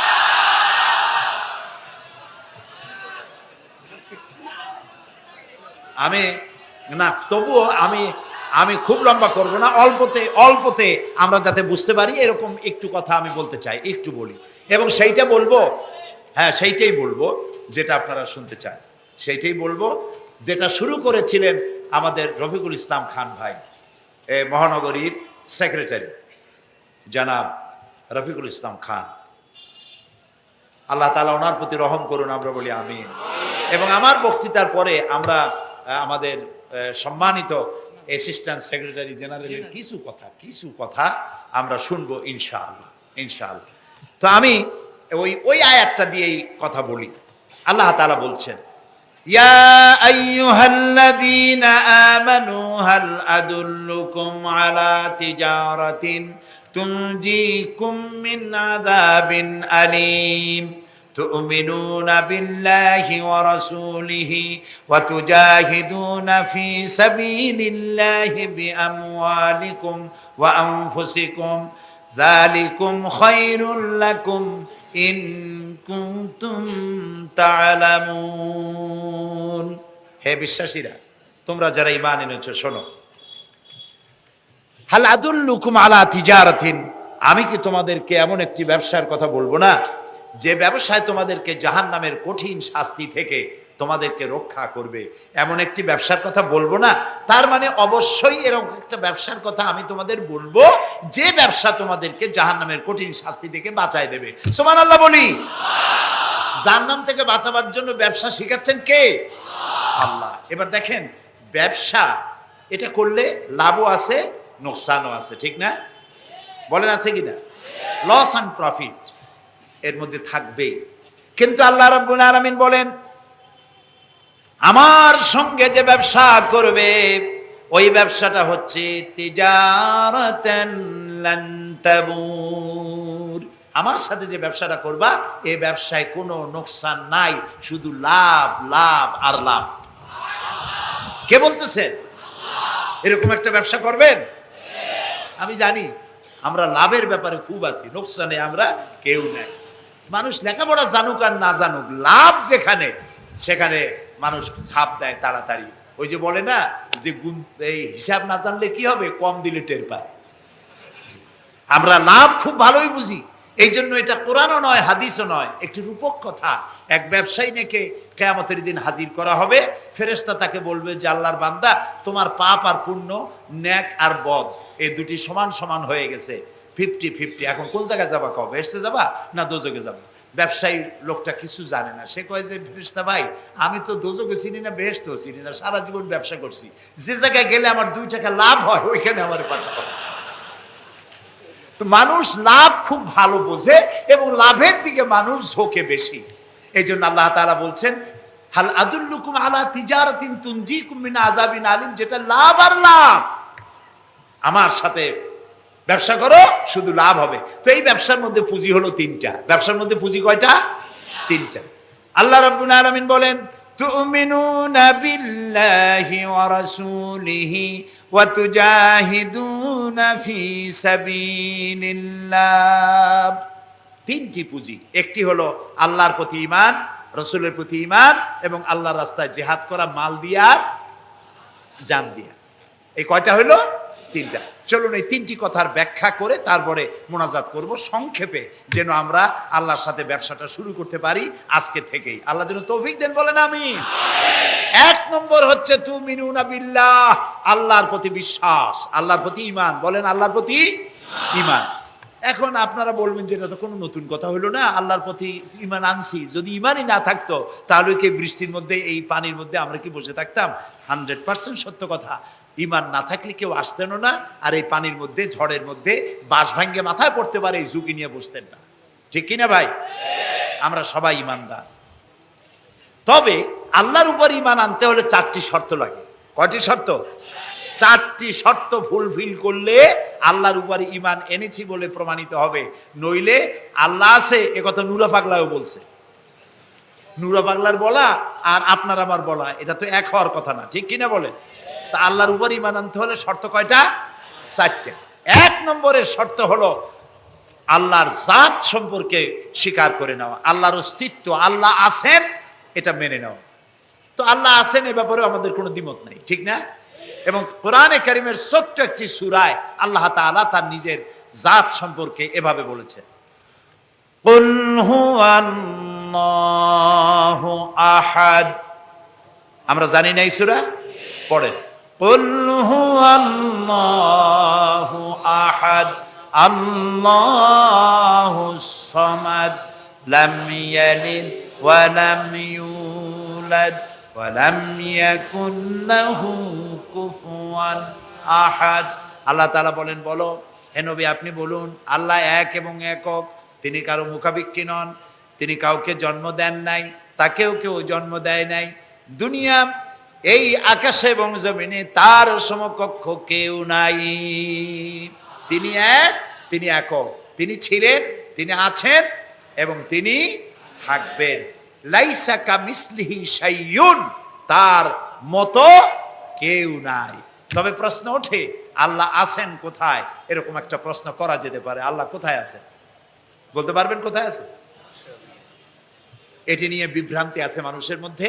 কেউ বলেন আল্লাহ সদা সর্বত্র বিরাজিত, সব জায়গায় তিনি আছেন। এই কথাটি সত্য নয়। আল্লাহর যদি সব জায়গায় থাকা লাগে তাহলে পৃথিবীর মধ্যে ভালো জায়গাও আছে, খারাপ জায়গাও আছে। আছে না খারাপ জায়গা?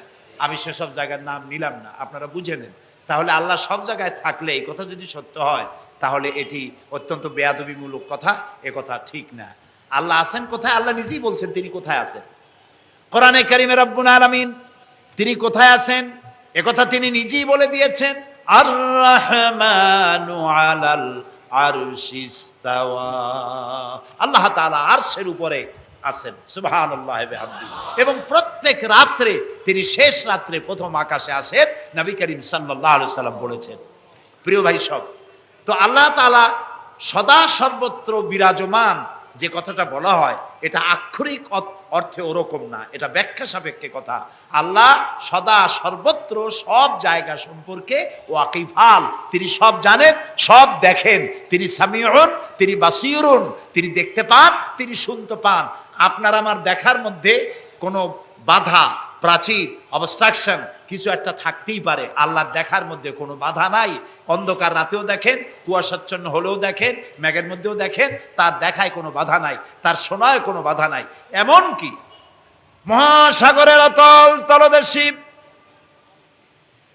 ছোট্ট পাথরের গায়ে লাগানো একটি ছোট্ট পোকা, যাকে মাইক্রোস্কোপ যন্ত্র ছাড়া দেখা যায় না, এমন ছোট্ট সূক্ষ্ম একটি পোকাও যদি, ক্ষুদ্রাতি ক্ষুদ্র একটি পোকাও যদি পেটের জ্বালায় অথবা ক্ষুধার জ্বালায় চিৎকার বাড়ে, কেউ শুনতে পায় না। আরশের মালিক আল্লাহ রব্বুল আলামিন তা শুনতে পান। এ হচ্ছে আল্লাহ, তিনি সব শুনতে পান, সব দেখতে পান। তার জাত সম্পর্কে স্বীকার করে নেওয়া, মেনে নেওয়া, তিনি আছেন, তার শক্তি সহকারে তাকে মানা। আমরা যে কোনো জিনিস বিশ্বাস করি তার শক্তি সহকারে বিশ্বাস করি। বাতাসকে বিশ্বাস করি, প্রচন্ড বেগে বয়ে গেলে আমাদের মাথার উপরে যা আছে ভেঙে চুরে সব শেষ করি ভালো, এভাবে বিশ্বাস করি। পানিকে বিশ্বাস করি, সে চুবায়ে মারতে পারে, ডুবায়ে মারতে পারে, পানি চুবানো ভিজানো এ শক্তি পানির আছে। আমরা আগুনকে বিশ্বাস করি, জ্বালিয়ে পুড়িয়ে ছাই করে দিতে পারে, এভাবে আগুনের শক্তি সহকারে বিশ্বাস করি। সাপকে বিশ্বাস করি, বাঘকে বিশ্বাস করি, দংশন করলে, থাবা মারলে কাম সারা। পয়জনকে বিশ্বাস করি, খাইলে পরে মরে যেতে পারি, শক্তি সহকারে বিশ্বাস করি, ঠিক না? এখন আল্লাহরে বিশ্বাস করি, এই কথা শুধু বললেই হবে না, আল্লাহকে বিশ্বাস করতে হবে তার গুণ সহকারে। সেই জন্য 4টি শর্তের 1 নম্বর শর্ত হলো আল্লাহর অস্তিত্বকে মানা। 2 নম্বরের শর্ত হচ্ছে আল্লাহর গুণাবলীকে স্বীকার করা, মেনে নেওয়া। আল্লাহর গুণাবলী কি? কোরআন শরীফে আল্লাহর অনেকগুলি নাম আছে। আল্লাহ এ হচ্ছে ইসমে জাত। আল্লাহ এটা কি? ইসমে জাত। আসল নাম কি? আল্লাহ। বলেন সবাই আল্লাহ। ন কিন্তু আল্লাহ এটা অশুদ্ধ, বলার সময় মুখটা গোল হয়ে যাবে। আল্লাহ বলেন সবাই আল্লাহ। কি মধুর নাম, সুবহানাল্লাহ, সুবহানাল্লাহ। আল্লাহ নিজেই বলেছেন ওয়ালাহুল আসমাউল হুসনা, আল্লাহ রয়েছে সুন্দর সুন্দর নাম। 99টি নামের কথা কোরআনে কারিমে আল্লাহ তাআলা নিজেই বলেছেন, সুবহানাল্লাহ। এখন ওই নামগুলিকে বলা হয় সিফাতি নাম, অর্থাৎ গুণবাচক নাম। এই গুণ সহকারে তাকে স্বীকার করতে হবে। তিনি রাজ্জাক, খেতে দেওয়ার মালিক কে? আল্লাহ। তিনি রব, সৃষ্টি করেন। তিনি খালেক, তিনি স্রষ্টা। তিনি রব, তিনি প্রতিপালনকারী। তিনি রহমান, তিনি দয়ালু। তিনি রহিম, তিনি রহমান, তিনি দাতা। রহিম, তিনি দয়ালু। অর্থাৎ প্রত্যেকটা নামের এক একটা শব্দ অর্থ আছে, এবং সেই অর্থ সহকারে বিশ্বাস করতে হবে তাকে।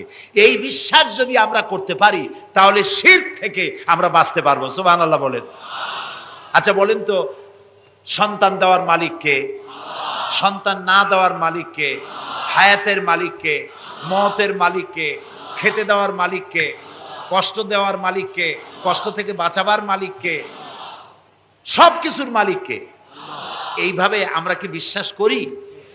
না, সবাই করি না। যারা বলেছেন আমিও বিশ্বাস করি, হ্যাঁ বিশ্বাস আমাদের থাকতে পারে, কিন্তু অনেক লোক আছে এভাবে বিশ্বাস করে না বলেই বিবাহ করেছে, সন্তান হয় না। তখন শাহ আলী বাগদাদি রহমতুল্লাহ আলাইহের মাজারে গিয়া সেখানে বসে তার ওই মাজারের কাছে গিয়ে চাইলো আমারে সন্তান দাও, খাজা বাবা সন্তান দাও। অথবা হাইকোর্টের মাজারে বৃহস্পতিবার দিন গিয়ে ভিড় করলো, বাবা সন্তান দাও, অথবা মামলায় পড়েছি বাঁচায় দাও, পরীক্ষা দেবে ছেলে পাস করায় দাও, ইত্যাদি। বলেন এরকম? বলে না? জায়েজ নাই, একদম জায়েজ নাই। কাকে বলতে হবে? আল্লাহর নবী বলেছেন ওয়াইজা সাআলতা ফাসআলিল্লাহ, কিছু বলতে চাইলে আল্লাহরে বলো। ওয়াইজা সাআলতা ফাসআলিল ফাস ওয়াইজা ইসতাআনতা ফাসতাইন বিল্লাহ, সাহায্য যদি চাও আল্লাহর কাছে সাহায্য চাও। আমরা সূরা ফাতিহার ভিতরে প্রত্যেক নামাজের প্রতি রাকাতেই বলি ইয়্যাকা না'বুদু ওয়া ইয়্যাকা নাস্তাঈন। আল্লাহ তাআলা একমাত্র তোমার ইবাদত করি আর একমাত্র তোমারই কাছে সাহায্য কামনা করি। হযরত ইব্রাহিম আলাইহিস সালাম আমাদের জাতির পিতা। একটু আগে আমরা বলছি না সবাই, ইব্রাহিম আলাইহিস সালামকে আগুনে, এটারে এদিক ফিরিয়ে দিল কে? ইব্রাহিম আলাইহিস সালামকে আগুনে যখন ফেলে দেওয়া হচ্ছিল তখন হযরত জিবরাইল এসে বলছিলেন আমার কাছে সাহায্য চাও ইব্রাহিম, আমি তোমারে আগুন দিয়ে বাঁচায় দেব।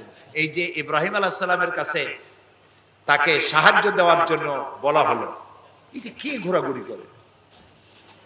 এই মাইকের হর্ন ঘুরান কেন? যেমন ছিল ওইদিকে দিয়ে দেন, আমারে শোনায় তো লাভ নাই। প্রিয় ভাই সব, ইব্রাহিম আলাইহিস সালামকে জিবরাইল বললেন আমার কাছে সাহায্য চাও। ইব্রাহিম আলাইহিস সালাম সাহায্য চাইছিলেন? বলেন চাইছিলেন? হযরত ইব্রাহিম বলেছেন, জিবরাইল আমি কেন সাহায্য চাইব তোমার কাছে? আমি তো এমন কোন অন্ধ আল্লাহর ইবাদত করি না যিনি তার নিজের চোখে তার গোলামের দুঃখ দুর্দশা দেখতে পান না। আল্লাহ কি দেখছেন না যে আমি বিপদে পড়ছি? আমি তোমার কাছে কেন সাহায্য চাইবো? আমি আগুনে পড়লে যদি আল্লাহ খুশি হন, তাহলে আমি তো এভাবে 1000 বার পড়তে রাজি আছি আমার আল্লাহকে খুশি করার জন্য। এটা হলো আল্লাহর প্রতি বিশ্বাস এবং আল্লাহর কাছে চাওয়া। চাইতে হবে কার কাছে? আমি বিপদে পড়ছি বলবো কারে? আমি অশান্তিতে আছি বলবো কারে? আমার অভাব আছে বলবো কারে? সর্বাবস্থায় আল্লাহকে বলতে হবে। দেখুন আমাদের জাতির পিতা ইব্রাহিম আলাইহিস সালামের কথা এই কোরআন শরীফে আল্লাহ তাআলা বলে দিয়েছেন। তিনি কি বলেছেন? হযরত ইব্রাহিম বলেছেন, আল্লাযী হুয়া ইউতঈমুনি ওয়া ইয়াসকিন। আমি যখন ক্ষুধার্ত হই আল্লাহ আমারে খাওয়ান, আমি যখন তৃষ্ণার্ত হই আল্লাহ আমারে পান করান। ওয়া ইযা মারিতু ফাহুয়া ইয়াশফিন। আমি যখন অসুস্থ হই আল্লাহ আমারে রোগ মুক্ত করেন। সুবহানাল্লাহ। আইয়ুব আলাইহিস সালাম 18 বছর রোগ ভোগ করলেন, কষ্ট পাইলেন, তিনি সাহায্য কার কাছে চাইছিলেন? ইউনূস আলাইহিস সালামের মতো বিপদে এই পৃথিবীর কোন মানুষ এত বড় বিপদে পড়ে নাই। মাছে তারে গিলে ফেলল, পানির অতল তলদেশে মাছ চলে গেল, মাছের পেটে দরজা নাই, জানালা নাই, ভেন্টিলেটর নাই, মাথা গলাইয়া কোন রকম বাইর হবে এমন কোন পথ নাই, বাঁচার কোনো উপায় নাই। হযরত ইউনূস আলাইহিস সালাম যখন মাছের পেটের ভিতরে এই বিরাট বিপদে পড়ে গেলেন, হযরত ইউনূস আলাইহিস সালাম সাহায্য কার কাছে চেয়েছিলেন বলুন? তিনি বললেন, আল্লাহ তাআলা তার ঘটনা কোরআন শরীফের মধ্যে এভাবে বর্ণনা করেছেন, ওয়াযান্নুন ইয যাহাবা মুগাদিবান ফাযান্না আন লান নাকদিরা আলাইহি ফানাদা ফি যুলুমাতি আন লা ইলাহা ইল্লা আনতা সুবহানাকা ইন্নী কুনতু মিনাজ জালিমিন।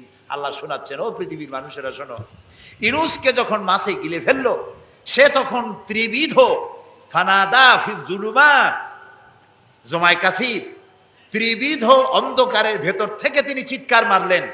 রাতের অন্ধকার, মাছের পেটের অন্ধকার, পানির অন্ধকার, এই ত্রিবিধ অন্ধকারের মধ্য থেকে ইউনূস আলাইহিস সালাম চিৎকার মারলেন, লা ইলাহা ইল্লা আনতা। আয় আল্লাহ তুমি ছাড়া কোনো ইলাহা নাই, সুবহানাকা আমি তোমার প্রশংসা করছি। আয় আল্লাহ তাআলা আমি আমার নফসের উপরে জুলম করেছি, আমার উপরে আমি জুলম করেছি। আল্লাহ তাআলা এই চিৎকার শুনেছিলেন? শুনেছেন?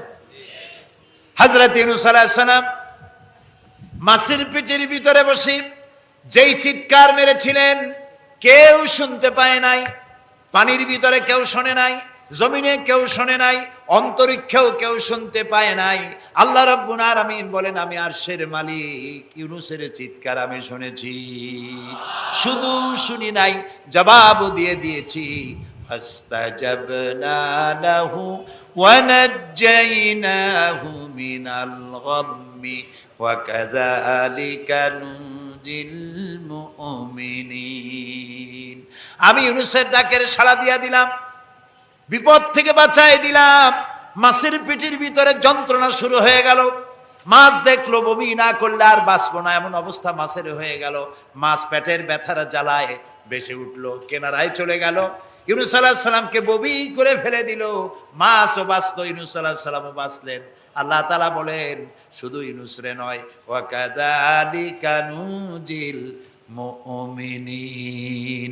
আমার মুমিন বান্দারা যদি বিপদে পড়ে, এরকম বিপদে যদি পড়ে যায় আর আমারে যদি ডাকে, আমি আল্লাহ রব্বুল আলামিন এই বিপদ থেকে যত বড় বিপদ হোক আমি আল্লাহ বাঁচায়ে দেব। তা আল্লাহ বিপদ থেকে বাঁচাবেন, আর আমি মুসলমান বিপদে পড়েছি, মাজারে গিয়া চাইলাম। নাউজুবিল্লাহ। বিশ্বাস করুন ভাই, বিশ্বাস করুন, কবরের ভিতরে যিনি শুয়ে আছেন, যত বড় পীর হোক, যত বড় খাজা বাবা হোক, আপনাকে সাহায্য তিনি করতে পারবেন না, পারবেন না, পারবেন না।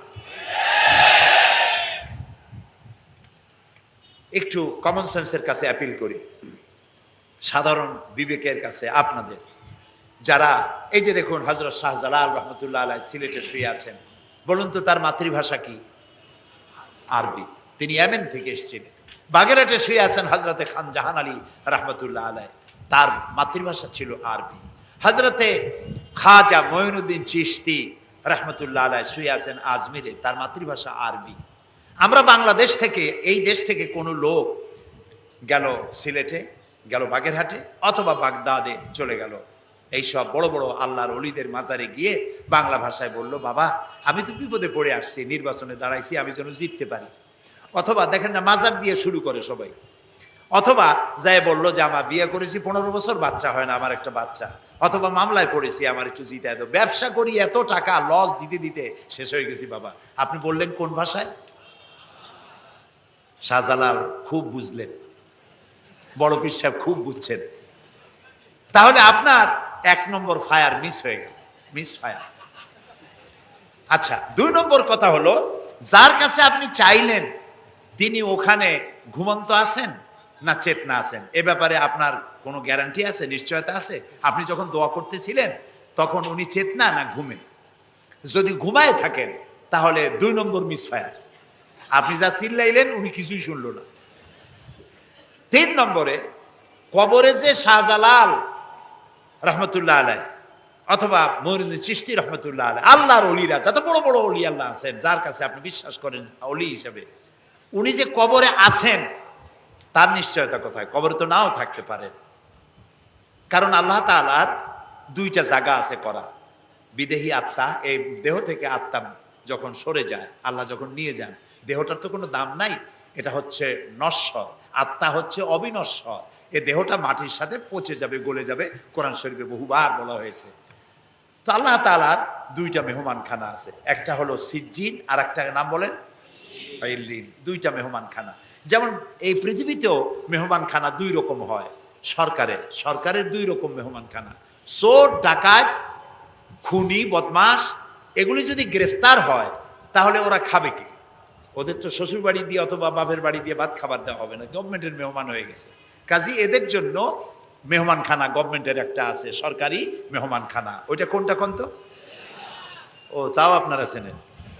আরেকটা মেহমানখানা হচ্ছে ভিআইপিদের জন্য, যারা ভেরি ইম্পর্টেন্ট পার্সন অথবা ভেরি ভেরি ইম্পর্টেন্ট পার্সন যারা, তাদের জন্য, অর্থাৎ প্রেসিডেন্ট, প্রধানমন্ত্রী, মন্ত্রী, এমপি, সচিব, ওনারা যখন বাংলাদেশের কোনো জায়গায় বেড়াতে যান তখন সরকারি মেহমানখানা ওনাদের জন্য থাকে। ওইটার নাম কি? সার্কিট হাউস, ডাক বাংলা ইত্যাদি, রেস্ট হাউস, এগুলি তার জন্য থাকে। তো পৃথিবীর মানুষের জন্য শ্রেণীভেদে যদি এ ধরনের মেহমানখানা থাকে, তো যারা নাকি দুনিয়া থেকে মারা যাবে ওদের জন্য আল্লাহর মেহমানখানা থাকতে নাই? আছে। এবং সেটা আগেই বলেছি, যারা জাহান্নামে যাবে ওদেরকে রাখা হবে সিজ্জিন নামক একটা মেহমানখানা আছে, ওখানে তারা থাকবে।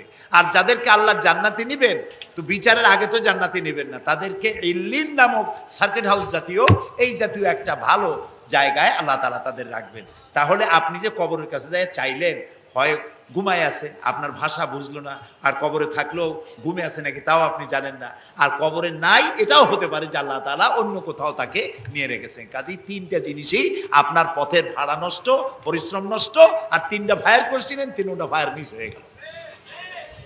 তাহলে হবে এমন সত্তার কাছে, কোন পীর নয়, বুজুর্গ নয়, খাজা বাবা নয়, চাইতে হবে এমন সত্তার কাছে যিনি কখনো ঘুমান না, যিনি বাংলাও বোঝেন, ইংরেজিও বোঝেন, আরবিও বোঝে, উর্দুও বোঝে, সকল ভাষা যিনি সৃষ্টি করেছেন। সেরকম কেউ কি আছেন? আছেন? কি নাম তা? এক আঙ্গুল আকাশের দিকে উঁচু করে বলেন, নাম কি? আরো জোরে বলেন, আবারও বলেন, সুবহানাল্লাহ, আলহামদুলিল্লাহ বলেন।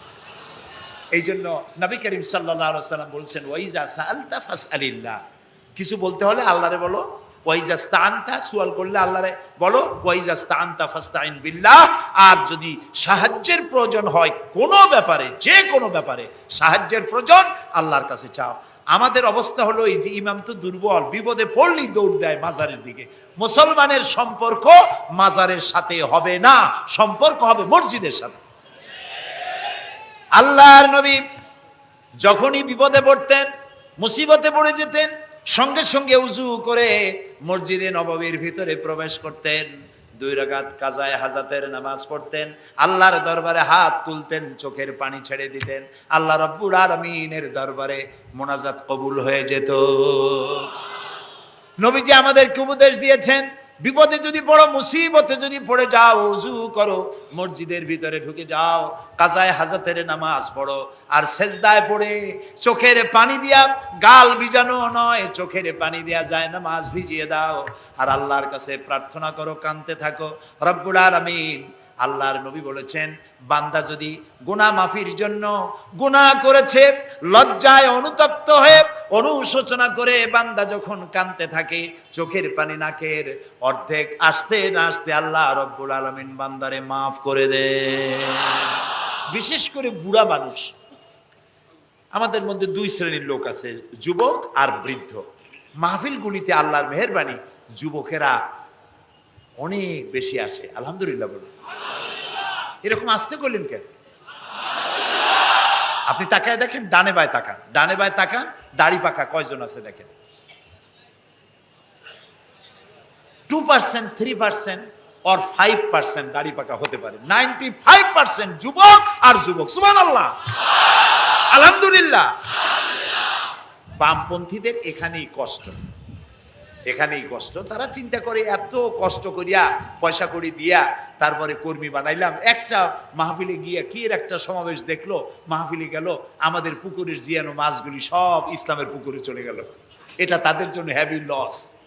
আসলে ওরা ধরে রাখতে পারবে না, ঠেকাইতে পারবে না, গায়ে তো মুসলমানের রক্ত। রক্ত কার? এসব যুবকেরা একটা মুসলিম মায়ের পেটে জন্মগ্রহণ করেছে, একটা মুসলিম পিতার জন্মে আসছে। আর রাসূলুল্লাহ যুবকদের ব্যাপারে যে কত কথা বলেছেন, সুবহানাল্লাহ বলো। আগেই রাসূলুল্লাহ বলেছেন, কিয়ামতের দিন আল্লাহর আরশের ছায়া ছাড়া কোনো ছায়া থাকবে না, প্রচন্ড রৌদ্র হবে, জমিনটা তামার মতো হয়ে যাবে। ইন্না লিল্লাহি ওয়া ইন্না ইলাইহি রাজিউন। সেই জায়গায় আরশের নিচে 7 শ্রেণীর লোকদেরকে আল্লাহ তাআলা জায়গা দেবেন। কয় শ্রেণী? ওর মধ্যে 1 শ্রেণী হচ্ছে শাবুন নাশা ফি ইবাদাতিল্লাহ, ওই সব যুবক যারা রাত কাটিয়েছে আল্লাহর ইবাদতের মধ্য দিয়ে। সুবহানাল্লাহ। যুবকদের ইবাদতে আল্লাহ তাআলা বেশি খুশি হন, বেশি খুশি হন। কারণ হলো এই যে মসজিদের ইমাম সাহেব অথবা প্রাইমারি স্কুলের মাস্টার যদি বলে যে আমি ঘুষ খাই না, এই কথার কোনো দাম আছে? আপনি প্রাইমারি স্কুলের মাস্টার, আপনি মসজিদের ইমাম, আপনার ঘুষ দেবে কেটা? ঘুষ খাই না বললে তো হবে না। কোন মন্ত্রী যদি বলে, এসপি যদি বলে, দারোগা যদি বলে ঘুষ খাই না, 1000 বার দাম আছে, ঠিক না ভাই? এখন একজন বুড়া যদি বলে যে প্রত্যেক রাত্রে আমি তাহাজ্জুদ পড়ি, আপনি তো পড়বেনই, কারণ আপনার তো ঘুম আসে না। কাশিতে এমন পাওয়া পাইছে, চোরবাড়ির কাছে আসতে পারে রাতের বেলায়, খালি কাশা, জম্মের কাশা। আর যুবকের তো তামাম দুনিয়ার ঘুম আইসে ঠাইসে ধরে। সেই যুবক সে যদি এই ঘুমকে দুহাতে ঠেলে দিয়ে যদি মধ্যরাতের পরে, রাতের 2/3 পরে যদি নামাজে দাঁড়ায় যায়, আল্লাহ রাব্বুল আলামিন খুশি হয়ে যান। সুবহানাল্লাহ বলো। এই যুবকদের সম্পর্কে রাসূলুল্লাহ কি সুন্দর কথা বলেছেন। রাসূলুল্লাহ বলেছেন, উসিকুম বিশ-শাবাবে খায়রা ফাইন্নাহুম আরাক্কু আফইদা লাকাদ বাসানি আল্লাহু বিল হানিফিয়্যাতি সামহা ফাখালাফানি আশ-শুয়ুখ ওয়া হালাফানি আশ-শাবাব। সাদাকান নবী সাল্লাল্লাহু আলাইহি ওয়াসাল্লাম। নবী করিম সাল্লাল্লাহু আলাইহি ওয়াসাল্লাম বলেছেন, আমি তোমাদেরকে উপদেশ দিচ্ছি, তোমরা যুবকদের ব্যাপারে কল্যাণকামী হবে। সুবহানাল্লাহ বলেন। কারণ যুবকদের দিল নরম, আর আল্লাহ তাআলা আমাকে এই পৃথিবীতে উদারতা সহকারে দিন প্রতিষ্ঠার কাজে আমাকে পাঠিয়েছেন। আপ করবেন, বুড়া হয়ে গেছে, তারপরও মদ খায়, তারপরে জেনা, ব্যভিচার, শয়তানি, বদমাশি, এগুলি কি? দাড়ি চুল পাকা এগুলি কি? এগুলি আগে পাকতো না কারো। পৃথিবীতে সর্বপ্রথম দাড়ি আর চুল পেকেছে হযরত ইব্রাহিম আলাইহিস সালামের। এর আগে কারো দাড়ি চুল পাকে নাই। ইব্রাহিম আলাইহিস সালাম প্রশ্ন করলেন আল্লাহর কাছে যে, আল্লাহ তাআলা এটা কি হলো আমার? আল্লাহ তাআলা বললেন এটা হচ্ছে ওয়াকার, এটা মর্যাদা, তোমার সম্মানকে বাড়িয়ে দেওয়া হলো। তো দাড়ি চুল পাকলে সম্মান বাড়ে। এই দাড়ি চুল পাকলো, এগুলি সিগন্যাল, সংকেত। দাড়ি পাকছে, সংকেত দেওয়া হলো তুমি কিন্তু বয়সের প্রান্তে এসেছো। চোখে কম দেখো, আর একটা সিগন্যাল, মৌতের আর একটা সিগন্যাল। খাইয়া হজম করতে পারো না, আর একটা সিগন্যাল। তুমি ঘুমাইতে পারো না, রাতের বেলা ঘুম আসে না, আর একটা সিগন্যাল। দাঁড়াতে পারো না, কোমর ব্যথা করে, আর একটা সিগন্যাল। একটার পর একটা সিগন্যাল আসতেছে, 1 নম্বর 2 নম্বর, ডেঞ্জার সিগন্যাল নাম্বার 10। তারপরে হুশ হয় না মানুষের। নাউযুবিল্লাহি মিন যালিক। আল্লাহ তাআলা আমাদের হুশে আসার তৌফিক দান করুন, আমরা বলি আমিন। প্রিয় ভাই সব, খুব লম্বা করা যাবে না। 2 নম্বরে বলছিলাম আল্লাহর গুণাবলীর উপরে বিশ্বাস। 3 নম্বরে আল্লাহর কুদরত, আল্লাহর ক্ষমতায় বিশ্বাস। আল্লাহরে বিশ্বাস করি, এই কথার দাম নাই। দাম হবে 4টা শর্ত পূরণ করলে। কয়টা শর্ত? 3 নম্বরে আল্লাহর ক্ষমতা। 3 নম্বরে কি? আল্লাহর ক্ষমতা কি? আল্লাহর ক্ষমতা হচ্ছে রাতকে দিন বানান, দিনকে রাত বানান, জীবিতকে মৃত্যু করেন, মৃত্যুর ভিতর থেকে জীবন দান করেন, সাগরকে নগর বানান, নগরকে সাগর বানান। তিনি মরুভূমিতে ঝর্ণা, মরুভূমির ভিতরে পানির প্রস্রবণ চালু করে দিতে পারেন, মরা গাছে ফুল ফুটায় দিতে পারেন। শুধু 2টা অক্ষর কুন বলেন হও, আর সঙ্গে সঙ্গে হয়ে যায়। আল্লাহ তাআলা বলেছেন ফাআলুন লিমা ইউরিদ, যা খুশি তিনি তাই করতে পারেন। সুবহানাল্লাহ বলে। এই মাত্র কয়েক মাস আগে সুনামি কি হয়েছিল?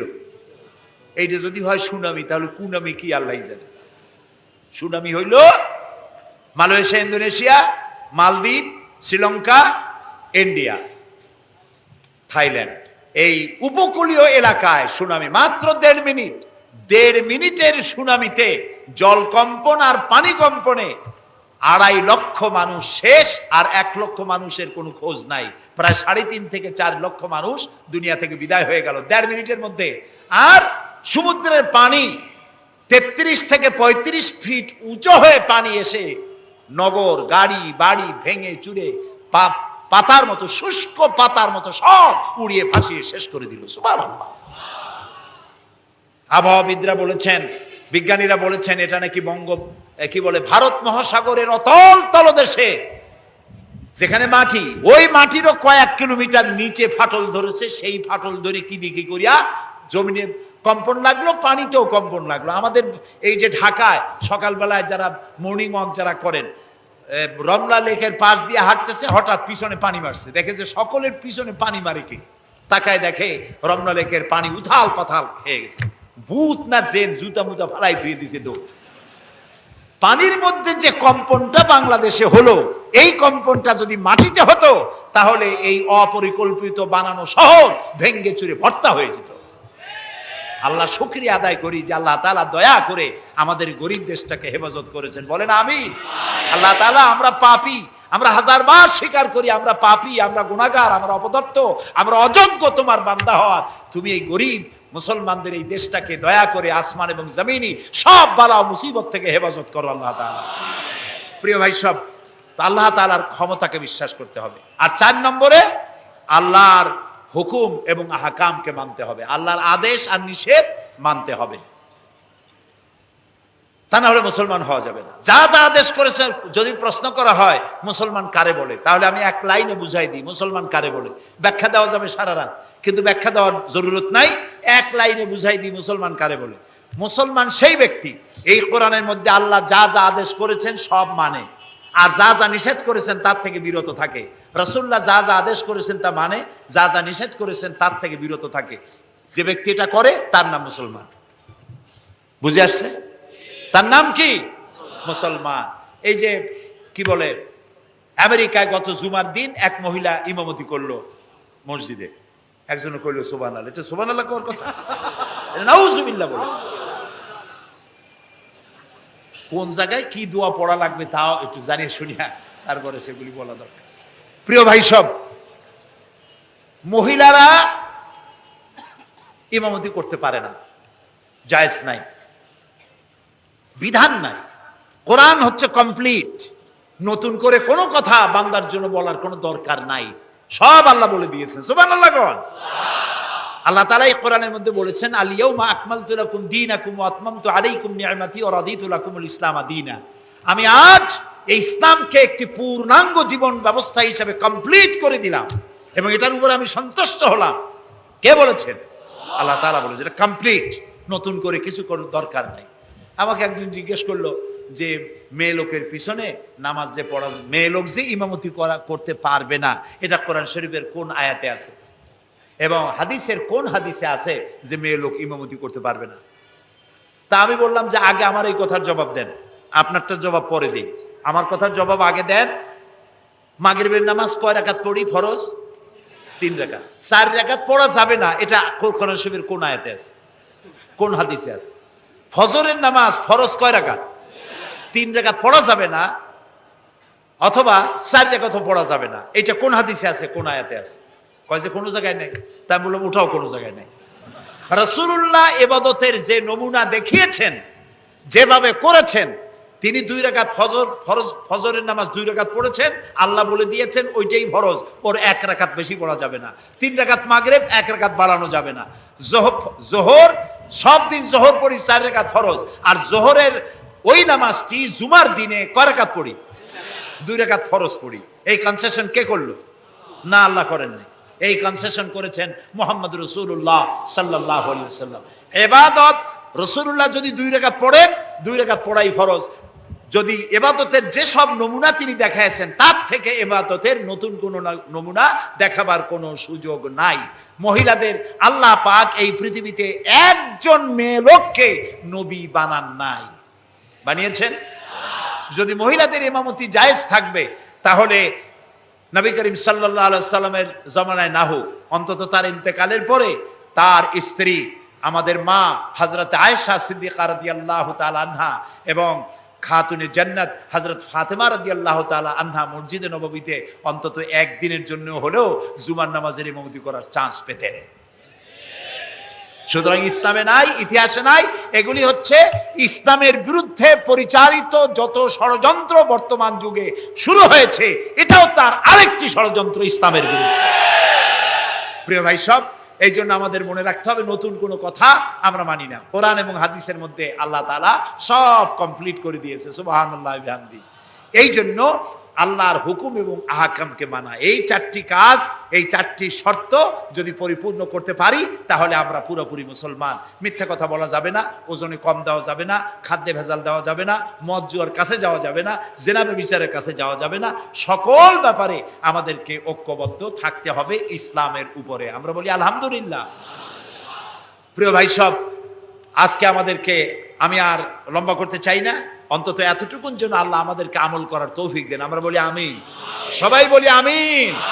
এজন্য চাই আমাদের দেশে আমরা যেন এই দেশটিকে, পৃথিবীর প্রত্যেকটি মুসলিম দেশের আশেপাশে আরো অনেক মুসলিম দেশ আছে, আর আমাদের ভৌগোলিক অবস্থানটা এমন যে আমাদের আশেপাশে অনেক বড় বন্ধুরা এত বড় আমাদেরকে মহব্বত করেন, কাটা তার দিয়ে বেড়া দিতেছে। তারা আমাদেরকে সাংঘাতিক ভালোবাসে, আমাদের সাথে কোলাকুলি করে, কিন্তু মাঝখানে একটা বড় মাদার গাছ আছে। কথা বুঝতে পেরেছেন? এই জমিনে বাস করতে হলে সম্মান নিয়ে, ইজ্জত নিয়ে, স্বাধীনতা নিয়ে যদি বাঁচতে হয়, তাহলে এখানে একটি আদর্শিক বাঁধের প্রয়োজন। ওরা কাঁটা তারের বেড়া দিয়েছে, আমরা আদর্শের বেড়া দেব। সেই আদর্শের নাম হলো ইসলাম, কেবলমাত্র ইসলাম, একমাত্র ইসলাম। এবং এই আদর্শ সকলের জন্য, কারণ ইসলাম তো আমার একার না। ইসলাম কি আমার একার? আপনাদের একার? ইসলাম কার? আল্লাহর। জোরে বলেন ইসলাম কার? অনেকে প্রশ্ন করেন যে ইসলাম যে আপনারা ইসলাম করেন, ইসলাম যদি পৃথিবীতে আসে, যদি বাংলাদেশে কায়েম হয়, তাহলে হিন্দু, খ্রিস্টান, বৌদ্ধ ওদের কি হবে? তা আমি বলি, দেখেন, মায়ের চাইতে খালার মহব্বত বেশি হওয়া এটা খুব সুলক্ষণ না। এটা কি লক্ষণ? এটা একটা কুলক্ষণ। হিন্দু কার? জবাব দেন। হিন্দু কার? খ্রিস্টান কার? বৌদ্ধ কার? ইহুদি কার? আমরা কার? আর এই কোরআনটা আল্লাহ তাআলা। কই যে তা ঠিক, কিন্তু কোরআন তো 1400 বছরের পুরানা। এই পুরানা জিনিস দিয়া এই বিজ্ঞানের যুগে এটা চলবে কেমনে? কেমনে আমরা একসাথে থাকবো? বলি ভাই, সূর্যটা কতদিনের পুরাতন কন্ত দেখি? কয় তা তো কোটি কোটি বছরের পুরানা।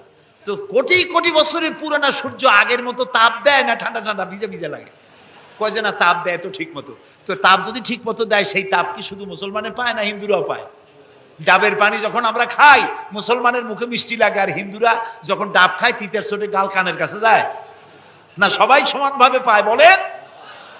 তাহলে কোটি কোটি বছরের পুরানা সূর্য জাতি ধর্ম দল মত নির্বিশেষে বিশ্বব্যাপী যদি তার কল্যাণময়িতা, যদি তার কল্যাণ করতে পারে, তাপ দিতে পারে, আলো দিতে পারে সমভাবে, তাহলে মাত্র ১৫০০ বছর আগের সূর্যের তুলনায় একেবারেই টাটকা কোরআন শরীফ। মাত্র ১৫০০ বছর আগে এই কোরআন শরীফ দিয়ে যদি আইন তৈরি হয় তাহলে হিন্দুর কোনো অসুবিধা হওয়ার কথা, খ্রিস্টানের, মেয়ে লোকের, পুরুষের কারো কোনো অসুবিধা হবে? হতে পারি না, যেহেতু এই কথাগুলি কার? আল্লাহ তাআলার কথা। দেখুন, কোরআন যদি মানা হয়, যেখানে মানবেন সেখানে শান্তি, যেখানে মানবেন না সেখানে অশান্তি। আল্লাহ তাআলা এই কোরআন বোঝার তৌফিক আমাদেরকে দান করুন। আমরা বলি আমিন। কোরআন এইভাবে এই সামান্য সময় বোঝানো সম্ভব না, সেই জন্য আমি আপনাদেরকে উপদেশ দেওয়ার মতো আমি এরকম ধৃষ্টতা দেখাবো না। আমি পরামর্শ দিতে চাই আপনাদেরকে, যে সেটা হচ্ছে কোরআন বোঝার জন্য তাফসীর পড়বেন। কি পড়বেন কন্ত? যেই তাফসীরটা পড়লে পরে ইসলাম বুঝবেন, নিজেকে বুঝবেন, নিজের দায়িত্বের অনুভূতি বুঝবেন, সেই তাফসীরটার নাম তাফহিমুল কোরআন। বলেন তো নামটা কি?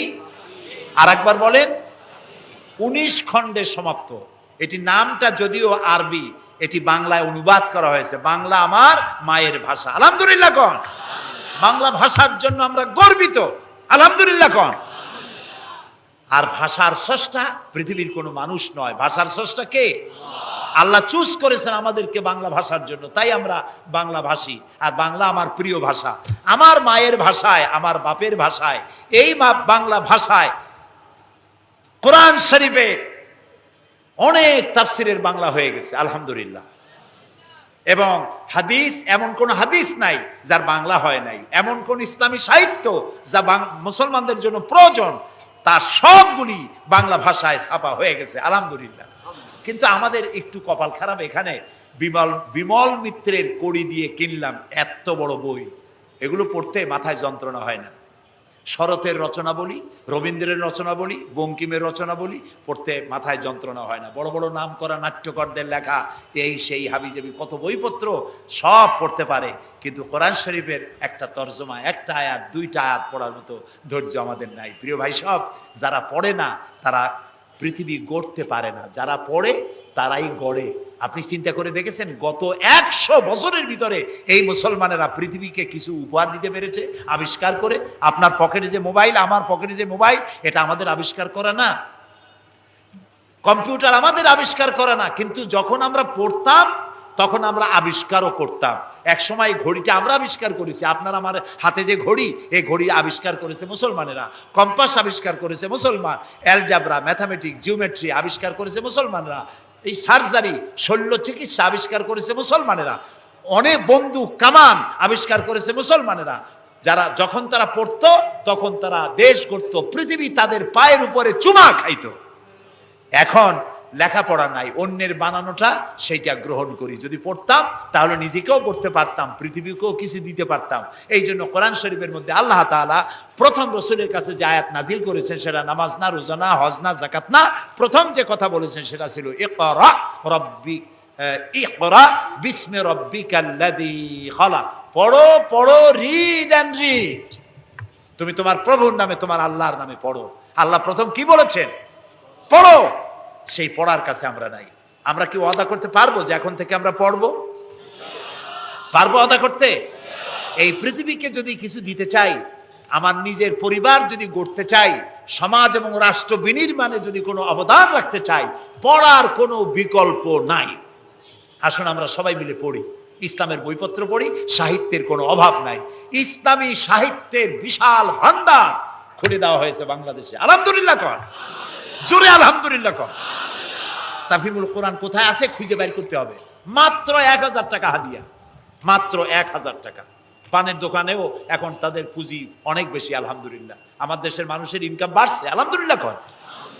এইরকম আলহামদুলিল্লাহ কোন আসতে পয়সা বাড়লো আপনাদের? কোন আলহামদুলিল্লাহ। মানুষের না শুকুরিটা বেশি। দেখেন রোজার মাসে কাঁচামরিচের দাম একটু বেড়ে গেল, দেখছেন না শুকুরি, তখন কি চিল্লা পাল্লা শুরু হয়ে গেল। কাঁচামরিচ 180 টাকা, এই দেশে থাকবো না। তো লোকেরা বলেছে আপনারা যান না কেন? আচ্ছা, বেগুন হইছে 80 টাকা কেজি, বেগুন 80 টাকা। তো রোজার মাস বেগুন 80 টাকা, বেগুনি খাইতে পারে না। বাংলাদেশের মানুষ তো উদ্ভাবনী ক্ষমতা আছে। পত্রিকায় দেখলাম যে পেঁপেনি বানাইছে তারা, পেঁপে কাইটিয়া তাতে বেসন লাগাইয়া বেগুনি আর বানাইতে পারে নাই, পেঁপেনি বানাইছে। তো দেখলাম যে নোবেল, এই ভাজা পোড়ার উপরে যদি নোবেল পুরস্কারের কোনো ব্যবস্থা থাকতো তাহলে বাংলাদেশ নোবেল পুরস্কার পাইতো পেঁপেনি বানাইয়া। বেগুন হয়েছে 80 টাকা, সেই জন্য ঝগড়াঝাটি এক শেষ। কাঁচামরিচ 120 টাকা, সেজন্য একেবারে চিল্লায় শেষ। কিন্তু মূলা যখন 3 টাকা, গরুতেও খায় না, এত মূলা হইলো, এত কপি হইলো, সেজন্য আল্লাহ শুকরিয়া নাই, শুকরিয়া আদায় করে না। মানুষকে আল্লাহ শুকর আদায় করতে হবে। এই দেশ আমাদের, এটা মার্চ মাস, এই দেশে এই মাসেই দেশ স্বাধীন হয়েছিল। সেই স্বাধীনতার জন্য যারা জীবন দিয়েছিলেন তাদের জন্য আমরা মোনাজাতে দোয়া করব, এবং এই স্বাধীনতা, সার্বভৌমত্ব কিয়ামত পর্যন্ত আল্লাহ যেন এই দেশে টিকে রাখেন, সেজন্য আল্লাহর কাছে আমাদেরকে দোয়া করতে হবে। স্বাধীনতার কত দাম এইটা বুঝতেছে আজ প্যালেস্টাইনের ফিলিস্তিনি মুসলমানেরা, বুঝতে পারছে কাশ্মীরের মুসলমানেরা, বুঝতে পারতেছে চেচনিয়া বসনিয়ার মুসলমানেরা।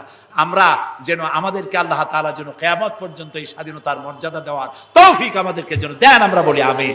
প্রিয় ভাই সব, সেই জন্য বলছিলাম পড়তে হবে, বইপত্র কিনবেন, মাত্র 1000 টাকা হাদিয়া। তাফহিমুল কোরআন প্রথম খণ্ডকে যদি একসাথে সব না কিনতে পারেন, অন্তত 1 খণ্ড, 2 খণ্ড, 3 খণ্ড কিনে হলেও পড়বেন। আর 5 ওয়াক্ত নামাজকে সঠিকভাবে আদায় করবেন। যেভাবে ওয়াজ শুনতে আসছেন, তাফসীর শুনতে আসছেন, এইভাবে মসজিদে গিয়ে বা জামাত নামাজ আদায় করবেন। নামাজ পড়লে কপাল খুলবে। কপাল হলো সৌভাগ্যের প্রতীক, আর নাক হলো মর্যাদার প্রতীক। মানুষে বলে না যে ভাই আমার কপাল পুড়ছে, কপালে কি আগুন লাগছিল? পুড়লো কেন? কপাল পুড়ছে মানে ভাগ্য নষ্ট হয়েছে। আবার বলে ভাই আমার নাক কাটা গেছে, তো নাক কাটছে কি দিয়ে? ছুরি দিয়ে না কেসি দিয়ে? নাক কাটা গেছে মানে কি? মানে হলো ছেলে আর মেয়ে এমন কাম করছে, বেইজ্জত হয়ে গেছে, আমার নাক কাটা গেছে। তাহলে বোঝা গেল নাক হলো মর্যাদার প্রতীক, আর কপাল হলো মর্যাদার প্রতীক। সৌভাগ্যের প্রতীক কপাল, আর মর্যাদার প্রতীক হলো নাক। এই নাক আর কপাল দিয়ে কেউ যদি তার ভাগ্য সুপ্রসন্ন করতে চায়, মর্যাদা যদি বৃদ্ধি করতে চায়, দৈনিক 5 বার এই কপাল আর নাক দিয়ে আল্লাহর দরবারে সেজদায় পড়ে যাও। আল্লাহ রাব্বুল আলামিনকে যত সেজদা দিবে আল্লাহ তত খুশি হয়ে যাবে। নামাজ রাসূলুল্লাহ বলেছেন, মান তারাকা সালাতান মুতাআম্মিদান ফাকাদ কাফারা, ইচ্ছে করে যে নামাজ ছেড়ে দেবে কাফের হয়ে যাবে। কথা বুঝে আসছে ভাই? রাসূলের হাদিস, কাফের হয়ে যাবে। নামাজ না পড়লে মুসলমান বলে দাবি করার হক তার নাই। 5 ওয়াক্ত নামাজ সঠিকভাবে আদায় করতে হবে। নামাজ জীবনে আর ছাড়বো না, এই ওয়াদা করা যাবে? যারা পারবেন কেবলমাত্র তারাই 2 হাত উঁচু করেন, বলেন ইয়া আল্লাহ, তোমার পবিত্র নামে শপথ করি, কসম করি, যতদিন পর্যন্ত মালাকুল মউত আমার মাথার কাছে না আসতেছে ততদিন পর্যন্ত ফরজ নামাজ, ফরজ রোজা আর ছেড়ে দেব না, আর ছাড়বো না, আর ছাড়বো না। এবার বলেন ইয়া আল্লাহ, আমার মৃত্যু পর্যন্ত আমার আজকের এই ওয়াদা আমাকে পালন করার তৌফিক দাও। আমিন আমিন ইয়া রাব্বাল আলামিন। সবাই হাত নামান, এক্ষুনি মোনাজাত করব। মোনাজাতের জন্য দাঁড়ানো ভাইরা মেহেরবানি করে একটু বসেন। আমি এতক্ষণ কিন্তু একবারও বলি নাই যে বসেন বসেন বসেন। এবার মোনাজাত হবে, মোনাজাতের জন্য মেহেরবানি করে একটু বসেন। মোনাজাতটা বসে করাই আদব করে নেবেন। আল্লাহুম্মা আমিন। ربنا ظلمنا أنفسنا وإن لم تغفر لنا وترحمنا لنكونن من الخاسرين سبحانك اللهم وبحمدك نستغفرك ونتوب إليك আয় আল্লাহ তাআলা, হাজার হাজার মুসলমান নরনারী বৃষ্টি এবং ঝড়ো হাওয়াকে উপেক্ষা করে তোমার বান্দা বান্দিরা দীর্ঘক্ষণ ধরে তোমার দ্বীনের কথা শুনেছেন। আল্লাহ তাআলা মেহেরবানি করে আমাদের তামাম জিন্দেগির গুনাহ খাতাকে মাফ করে দাও রব্বুল আলামিন। আমাদের মধ্য থেকে যাদের মা বাপ দুনিয়া থেকে জনমের মতো বিদায় হয়ে গেছে, আল্লাহ তাআলা তাদের কবরগুলিকে জান্নাতের টুকরায় পরিণত করে দাও। রব্বির হামহুমা কামা রব্বায়ানি সগীরা। সবাই পড়েন রব্বির হামহুমা কামা রব্বায়ানি সগীরা। আল্লাহ তাআলা আমাদের মা বাপ যারা বৃদ্ধ অবস্থায় বাড়িতে আছেন, আল্লাহ দয়া করে তাদেরকে সুস্থতা দাও, ইমানের সাথে বাঁচার তৌফিক দাও। আল্লাহ তাআলা বিছানায় ফালায়া আরজালিল উমর, বয়সের নিকৃষ্টতম পর্যায়ে তাদেরকে ফেলে রেখো না, সুস্থ অবস্থায় ইমানের সাথে তোমার দরবারে উঠাইয়া নিও রব্বুল আলামিন। তাম পৃথিবীতে মুসলমানেরা আজ বড় বিপদের মধ্যে সময় কাটাচ্ছে। আল্লাহ তাআলা তাম পৃথিবীর বিপদগ্রস্ত মুসলমানদেরকে তুমি সাহায্য করো। আল্লাহ তাআলা Iraq, Afghan, Palestine, Kashmir, Chechnya, Bosnia সহ দুনিয়ায় যত জায়গায় মুসলমানেরা বিপদে আছে, আল্লাহ সকলকে তুমি উদ্ধার করো। আল্লাহ তাআলা আমাদের প্রিয় জন্মভূমি বাংলাদেশ, এই বাংলাদেশ এটা স্বাধীনতার মাস, এই মাসে তুমি মেহেরবানি করে এখানে যুদ্ধ শুরু করায়া আল্লাহ তাআলা বিজয় দান করিয়েছিলে। আল্লাহ তাআলা তুমি দয়া করে এই দেশের স্বাধীনতা কিয়ামত পর্যন্ত অক্ষুণ্ণ রাখো। যারা এই দেশে জীবন দিয়েছেন আল্লাহ তাআলা তাদের আত্মার আমরা মাগফিরাত তোমার কাছে কামনা করছি। আল্লাহ তাআলা আমাদের দেশের স্বাধীনতার সার্বভৌমত্ব আল্লাহ তুমি স্থায়ী করে দাও। আল্লাহ তাআলা এখানে যারা মাহফিলে এসেছেন অনেকেই দোয়া চেয়েছেন, যিনি যে জন্য দোয়া চেয়েছেন আল্লাহ দোয়া মঞ্জুর করে নাও। আল্লাহ এই মাসে, এই মাসগুলিতে এখানে এই বাংলাদেশে ঝড় হয়, টর্নেডো হয়, জলোচ্ছ্বাস হয়। আল্লাহ তাআলা গরিব দেশ, তুমি দয়া করে আমাদের গুনার দিকে না তাকায়া আল্লাহ তাআলা তুমি তোমার হাবিবের সদকায় আমাদের দেশে বালা মুসিবত থেকে, বিপদ থেকে আমাদের দেশটাকে তুমি হেফাজত করো। আল্লাহ তাআলা বর্তমান সরকার যেসব ওয়াদা করে ক্ষমতায় এসেছেন, এই ওয়াদাগুলি প্রত্যেকটি ওয়াদা অক্ষরে অক্ষরে পালন করার তৌফিক দান করে দাও। আল্লাহ তাআলা সন্ত্রাস থেকে আমাদের এই জাতিকে তুমি রক্ষা করো। আল্লাহ কারাই দেশে বোমা মারে, কারা গ্রেনেড হামলা চালায় তুমি তাদেরকে জানো। আল্লাহ তাআলা তুমি দয়া করে এদেরকে হেদায়েত নসিব করে দাও। আল্লাহ তাদেরকে হেদায়েত নসিব করে দাও।